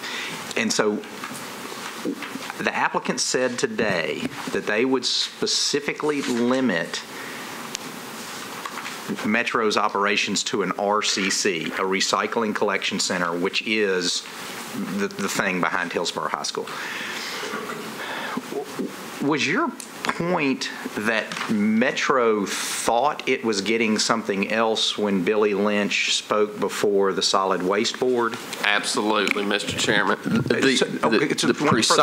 So one further question. So your contention is if Billy Lynch was here today, he would withdraw his support? That's a question. I just don't know. All I have, I was not at the March 29 meeting of the Solid Waste Board.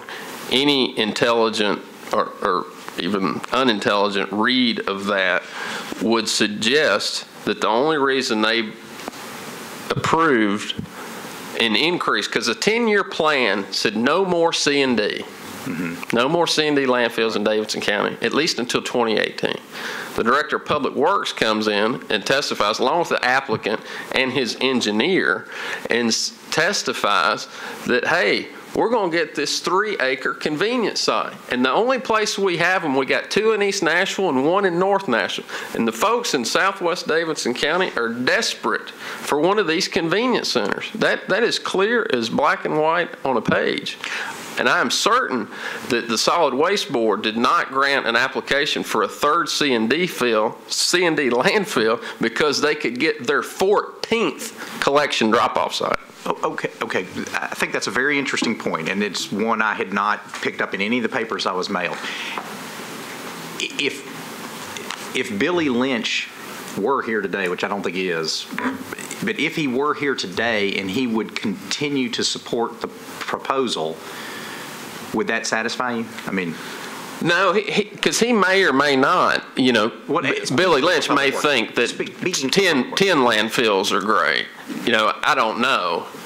No, but I'm not saying Billy personally.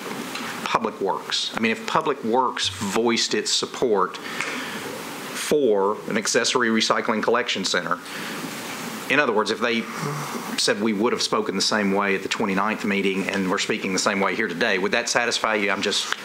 I would change. I would say it is not, so long as the applicant would withdraw its approval of another C&D landfill from the Solid Waste Regional Board. If they'll yank that and say, let's go back to them, because we're not sure what the director thinks. If they'll revoke their own permit, then I would agree that that's okay. And I can tell you may not be understanding me. No. I'm with you. I mean, you're saying that because we don't know whether Public Works would still support the project because they're not here today, that your goal would be to have the applicant give up the solid waste approval to go back to clarify. Right. Okay. Is there no appeal? I mean, why is that the purview of this board? Yeah, great question. I mean, why not have that board revoke, and then we wouldn't even be hearing this?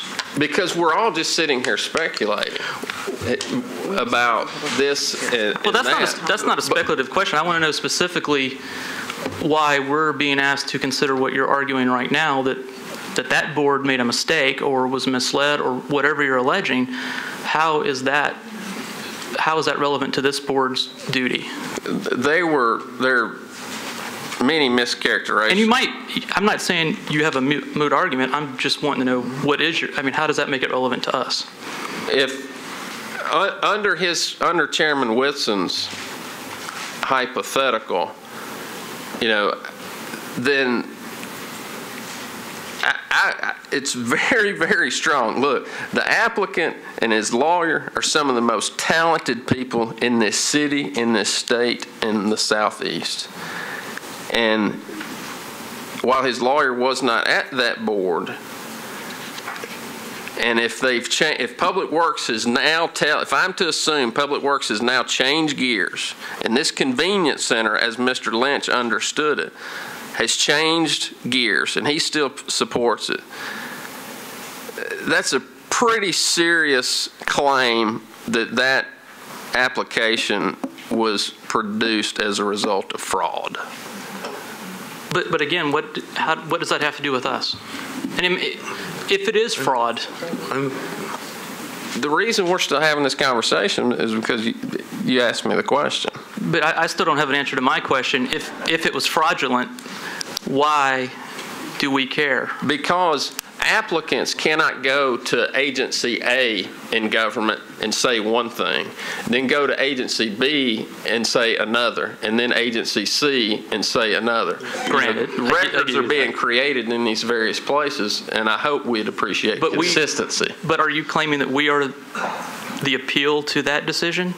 I'm not. We're not. I'm saying we're all human, and we should, hear each side of the argument. I have a problem with the way this is going right now. I mean, you already said that your colleague over there is one of the most talented people to do these kind of things, but when you inject fraud in this with really no kind of proof, that's not really...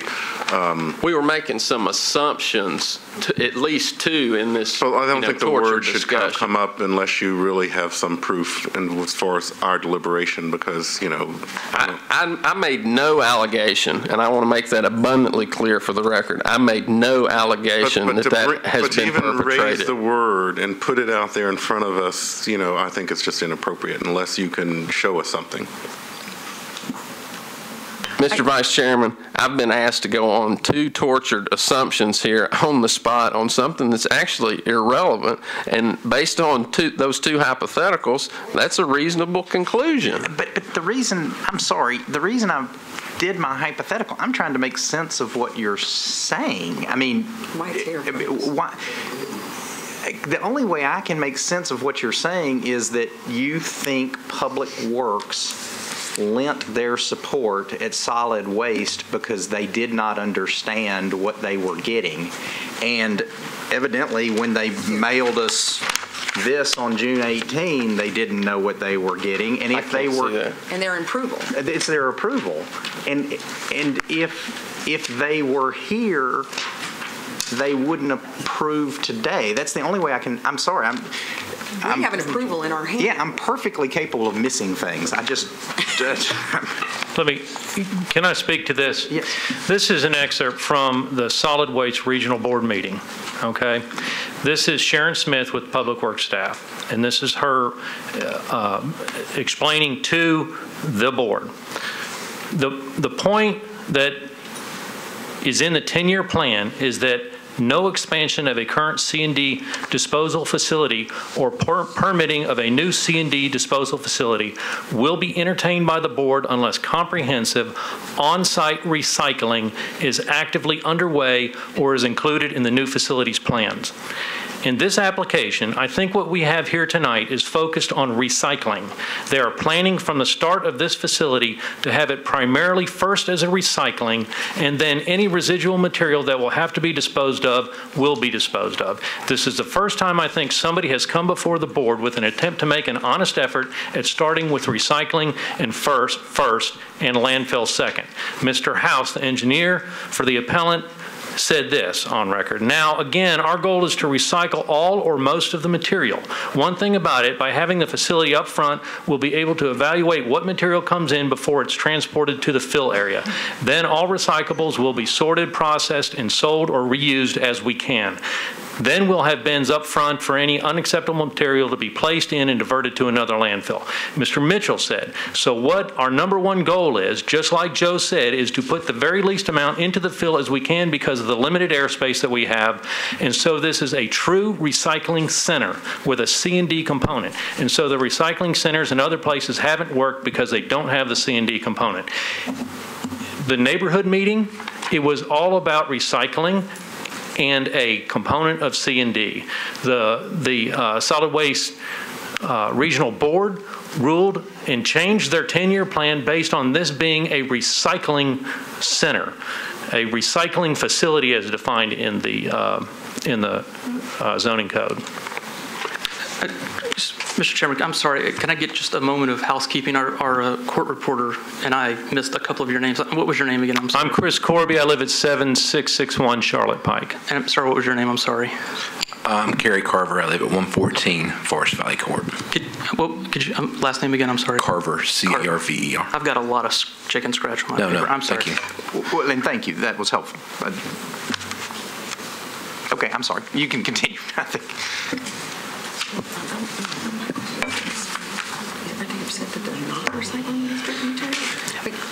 Can I ask one question to that point? I think I'm now a little confused because it seems that the contention that you all are making is that what should be going on there, according to what the representations at the Solid Waste Board, is that they should have a recycling center located there to actually recycle the C&D materials before it goes to the landfill? Is that what you're contending? There's three relevant terms, I think, from the code. There's a collection center, which is what Metro Recycling calls in their marketing a convenience center. So those are the three that we have throughout the city, and that's a collection center. There's a recycling collection center, which is a drop-off point. There's 13 of them around the city, and this is what is included in this appeal by accessory use. And then there is a recycling facility. A collection center and a recycling facility are not allowed in this zoning. They're only allowed in industrial zoning. A recycling facility, I'll just read you the definition, means a facility other than a facility open to the public to receive household waste and recyclable material, where any method, technique, or process is utilized to separate, process, modify, convert, treat, or otherwise prepare non-protrusible waste so that the component materials or substances may be used or reused or sold to third parties for such purposes. The use or reuse of a solid waste may not be used in a manner that would constitute solid waste disposal. This is what is exactly the described intended use before the Solid Waste Regional Board. This is what was described to the neighborhood meeting. And this is what Public Works, and it was Billy Lynch who was at that neighborhood meeting helping to describe this, and the collection center, of course. There is clear, everything Billy Lynch has said. I think if he were here, he would say, yes, a collection center is exactly what we are expecting to have there, despite that it's only allowed in industrial use. Okay. Would it mean anything to you if we received an approval from Public Works that specifically states that this is an accessory recycling convenience center? Would that have any merit for you on what Public Works is agreeing to? It would bother me an awful lot because that's not at all what was explained to the Solid Waste Regional Board. And clearly from what I just said, the Solid Waste Regional Board, from the quotes, they're basing their decision, their 10-year plan rescinded before they can even approve this, based on this being a recycling facility. I think I understand you now, but so I'm going to try to summarize what you're saying. So if I'm inaccurate, correct me, because I'm just trying to figure this out. Earlier, I asked the applicant if they would stipulate that it would always be a recycling collection center. And the reason I did that is because that is a less intensive use, and I thought that would be more appealing to the neighbors. But what you're now saying is that you would prefer, and there's kind of a question in here, a collection center which is more intensive than the recycling collection center. And more importantly, you think that's what Metro's expecting. Mr. Chairman, I think I've seen it all come back around here, and if I could, and if help me, help us. The solid waste, we would not be here today on this matter, but for the approval of the Solid Waste Board to say we need one more C&D. The 10-year plan said no. I've just like waste transfer stations, it says no. We wouldn't be here but for that happening. And the way that was sold to them was on one of those 3, not one of those 13. And that's my biggest problem. Okay.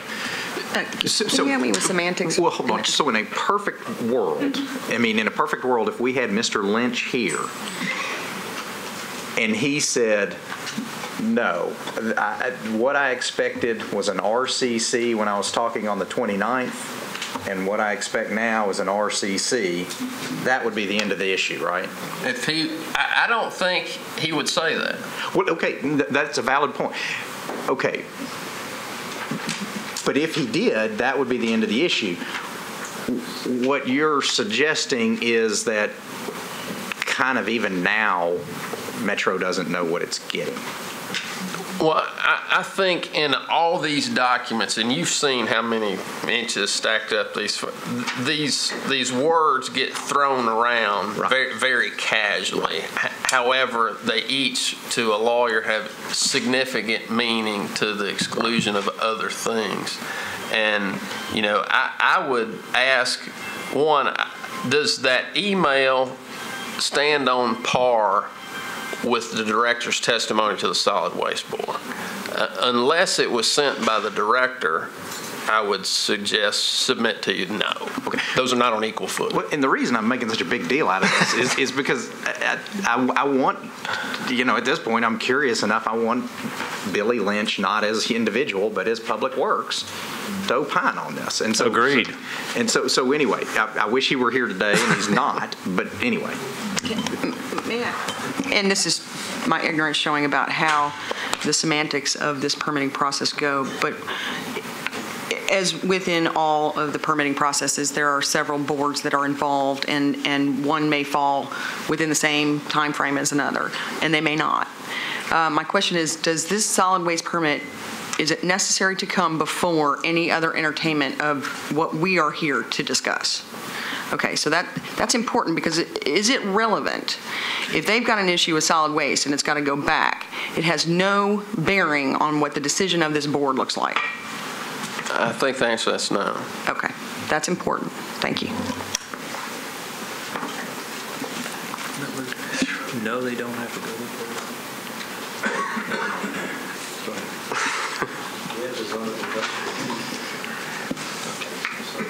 Going back to the impact on the integrity of adjacent neighborhoods, the traffic study, which the board can require, we would ask that you make a traffic study imperative here prior to any consideration of approval. I won't belabor that point very much, because the record is replete with concerns about public health, welfare, and safety over a noxious use as C&D. The applicant advances another position that, quote, the operations manual demonstrate that this proposed special exception is so designed, located, and proposed to be operated that the public health, safety, and welfare will be protected. Chairman Whitson touched on that. Yet in that operations manual, or the applicant doesn't mention how that can be accomplished. There's nothing in there other than the proximity to a fire station, which is over 2 miles away. Design and architectural compatibility. A C&D that abuts a residential neighborhood can hardly be deemed to be compatible in any instance. Natural features. This goes to the heart of the comment submitted by the planning department. The very reason the applicable policy outlined in the sub-area plan was created was to preserve the natural state of the area. Similarly, according to the operations manual, up to 100 tons per day may be received while, quote, cover soil shall be placed over the refuse weekly. This practice will erode the steep slopes on the site while also destroying its character.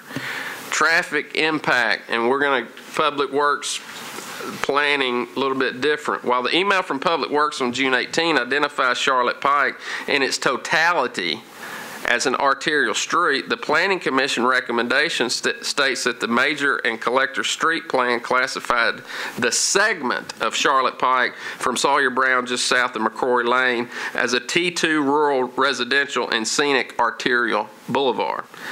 A As I've stated before, pursuant to the powers of this board on special exceptions, compel the applicant to have a traffic study conducted prior to any consideration of its approval, if not an outright appeal of the application. The recommendation of the Planning Department is particularly persuasive when they wrote, quote, the long-term practice of altering natural features for development caused excessive flooding and landslides in the Bellevue community and throughout the county in 2010. Subsequently, in 2011, the conservation policy was applied to limit these practices and negative impacts in the future. Also, as planning indicates, it conflicts with the Bellevue's community's conservation land policy, revised in 2011. Many neighbors, stakeholders, and partners put those in place after the flood of 2010, when we all learned lessons never to forget. Hazard protection. Cutting in the steep slopes will negatively impact the natural rock, soil, and water flow. Special conditions. It needs to be recorded here that the sponsor of the zoning change was asked about the intentions of the applicants, to which he said any changes in use should be brought to the council in the form of a specific plan or other zone change. Thereafter, the sponsor was asked, so no dumping. The sponsor stated the property is already licensed to dump dirt material, so there would be no change from that existing use, end quote. Consequently, we asked for the imposition of conditions consistent with the sponsor's public statements to the Metro Council when the zoning change was approved on third reading. Please deny the applicant's request for a C&D landfill, which is contrary to the Planning Department, the District Council member, the affected neighbors, the Tennessee Scenic Rivers Act, the Bellevue Community Plan, the Harpeth River Watershed Association, and the 10-year solid waste plan until this applicant's request. Moreover, it is without, in my opinion, Mr. Chairman, based on those inconsistencies, the true support of Public Works or a vote by the Metro Council is told to the community by the bill sponsor of the bill to downzone the property. In the alternative, defer until a more transparent process can be established. Thank you. Let me ask you a question. What will this do to the value of the homes around there? I'm sorry, Miss. What will a C&D landfill do to the value of those homes around there? You know, a lot of the surrounding homeowners have sent off for professional statements on that. You know, it seems a lot of common sense that they would be negatively impacted, but we wanted to wait to present, you know, the opinions of professionals. I think on that note, it's important to note that this is AR2A zoning. It's an island within a sea of residential zoning. The closest zoning that is not residential is a mile to the north. It's more than 2 miles to the west. Everything else is residential. So the question about property value goes right to the general provision about integrity of adjacent areas. The approval of the permit will not adversely affect other property in the areas to the extent that it will impair the reasonable long-term use of those properties. There's enormous opposition here. We have the Planning Department's advice. This is an island of AR2A zoning within residential everywhere. They all speak to the incompatibility of a special exemption landfill. You don't put a landfill in a residential area. That's why it's not allowed in residential. And I understand that this is AR2A for this particular tract of land, but we're talking about a residential area. And on that ground alone, the law gives pretty clear direction that the BZA should deny this appeal.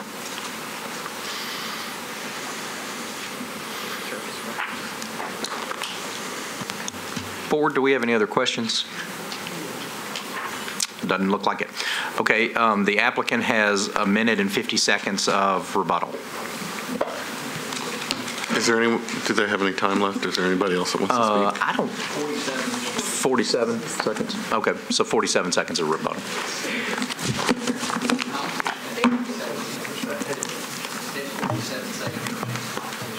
Yes, that's what I was asking. Is there anybody else that, you know, they have four? I'm sorry. For everybody, I misspoke. There is no rebuttal for the opposition, but there's 47 more seconds for someone to speak. Okay. would you like to speak, ma'am?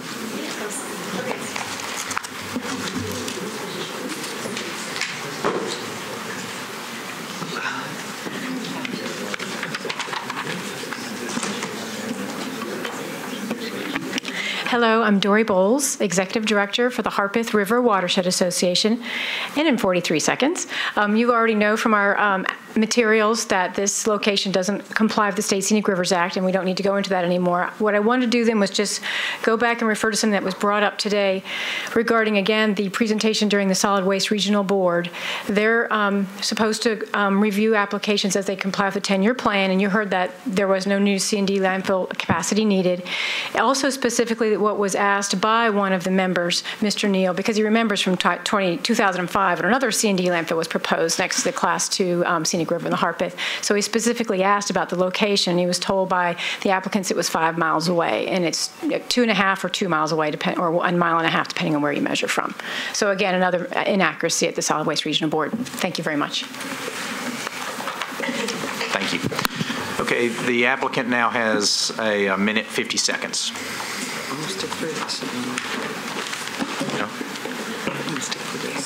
Mr. Chairman, I'll respond.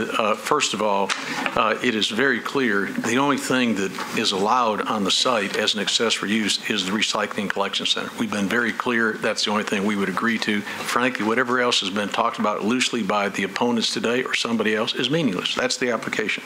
Secondly, to infer that there's fraud by Metro government, the very public works agency that this community gave super high marks to during the May 2010 flood is the very entity they're now claiming was in fraud about trying to get some landfill location here. It's totally inappropriate. And I'll mention this to you.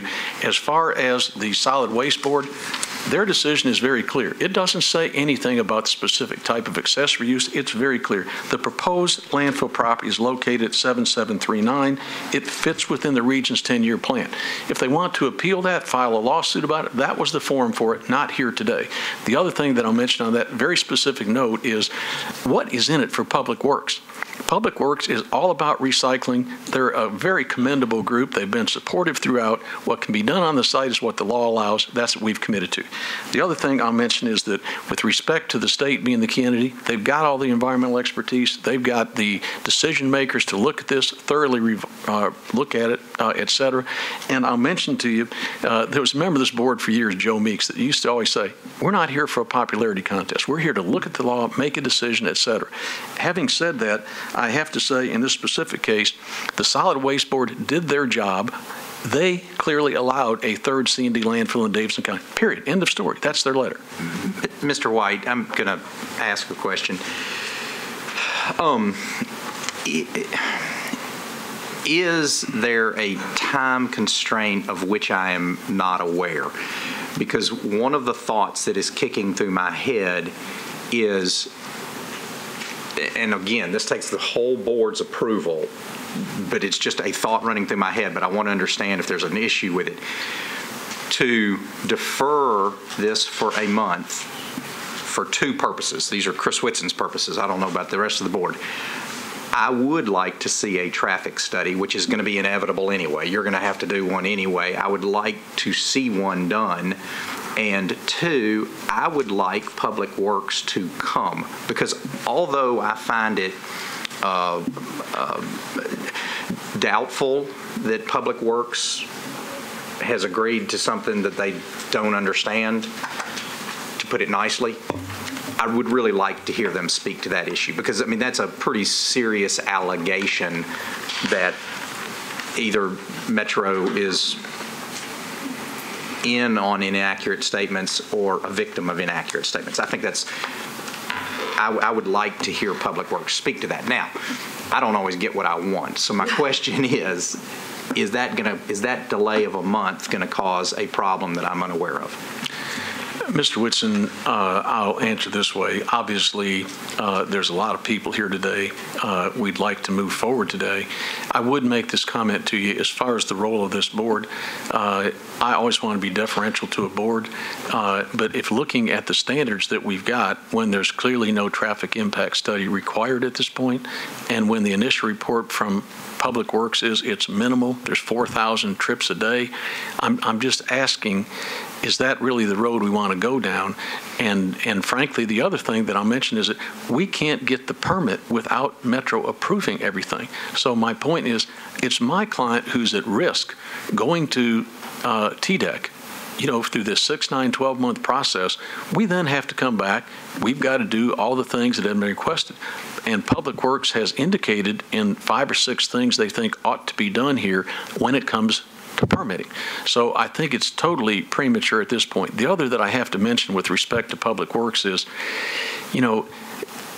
Public Works is the agency that made whatever the comments were. Public Works is the entity, not me and not my client. And we have said that whatever legally can be done on that site is what we're asking for. That's all. And so that is a recycling collection center and nothing else.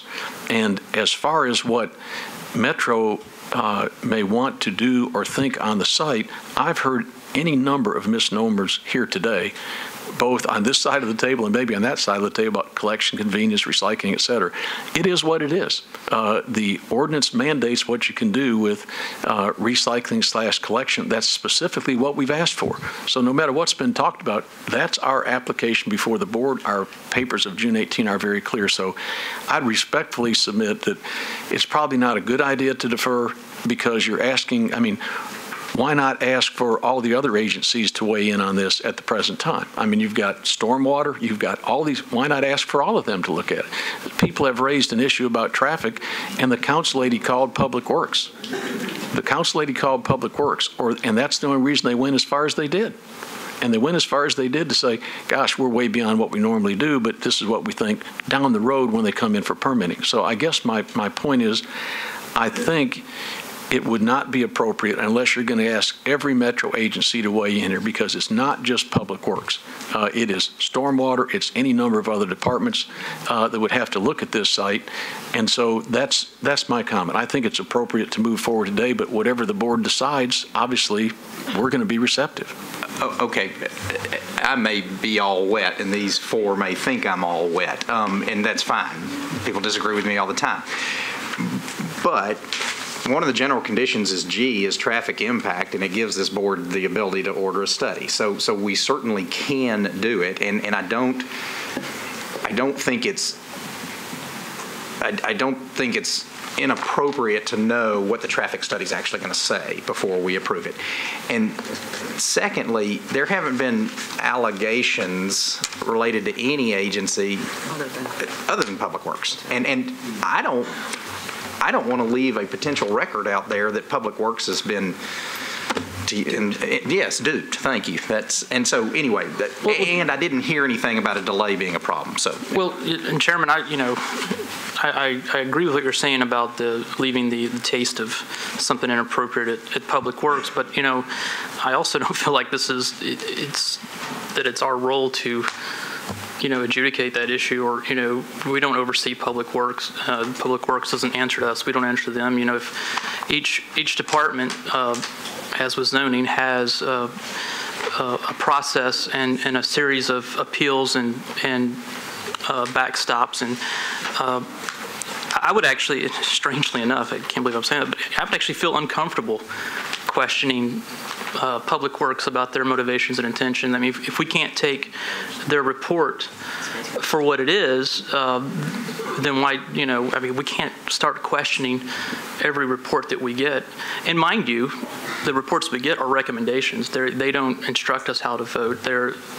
It's my understanding, council can correct me if I'm wrong, but it's there to help educate us and bring the facts as they know it to life, but not to tell us how to vote.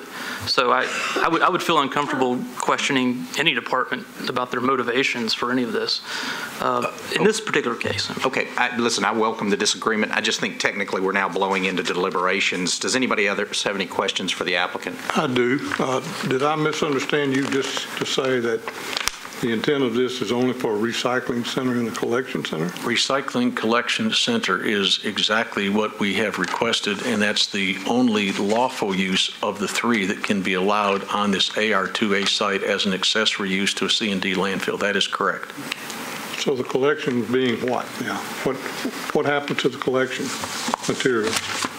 recycling collection center is defined, and I think it's being handed to you right now. That's all that we can do.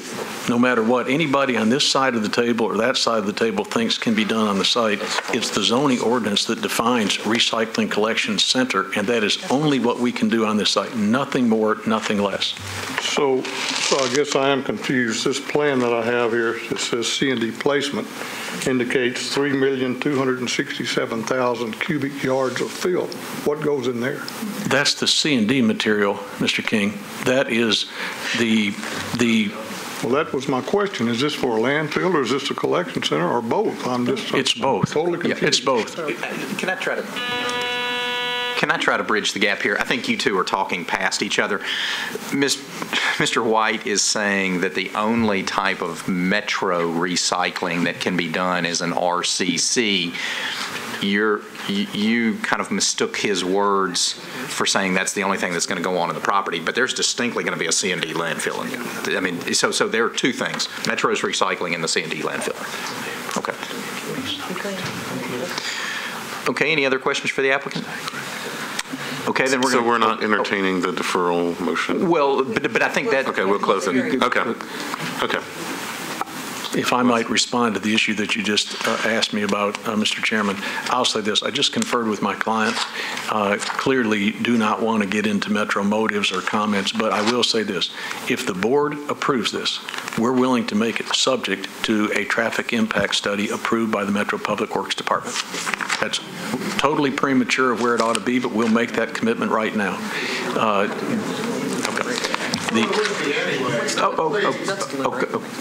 Okay.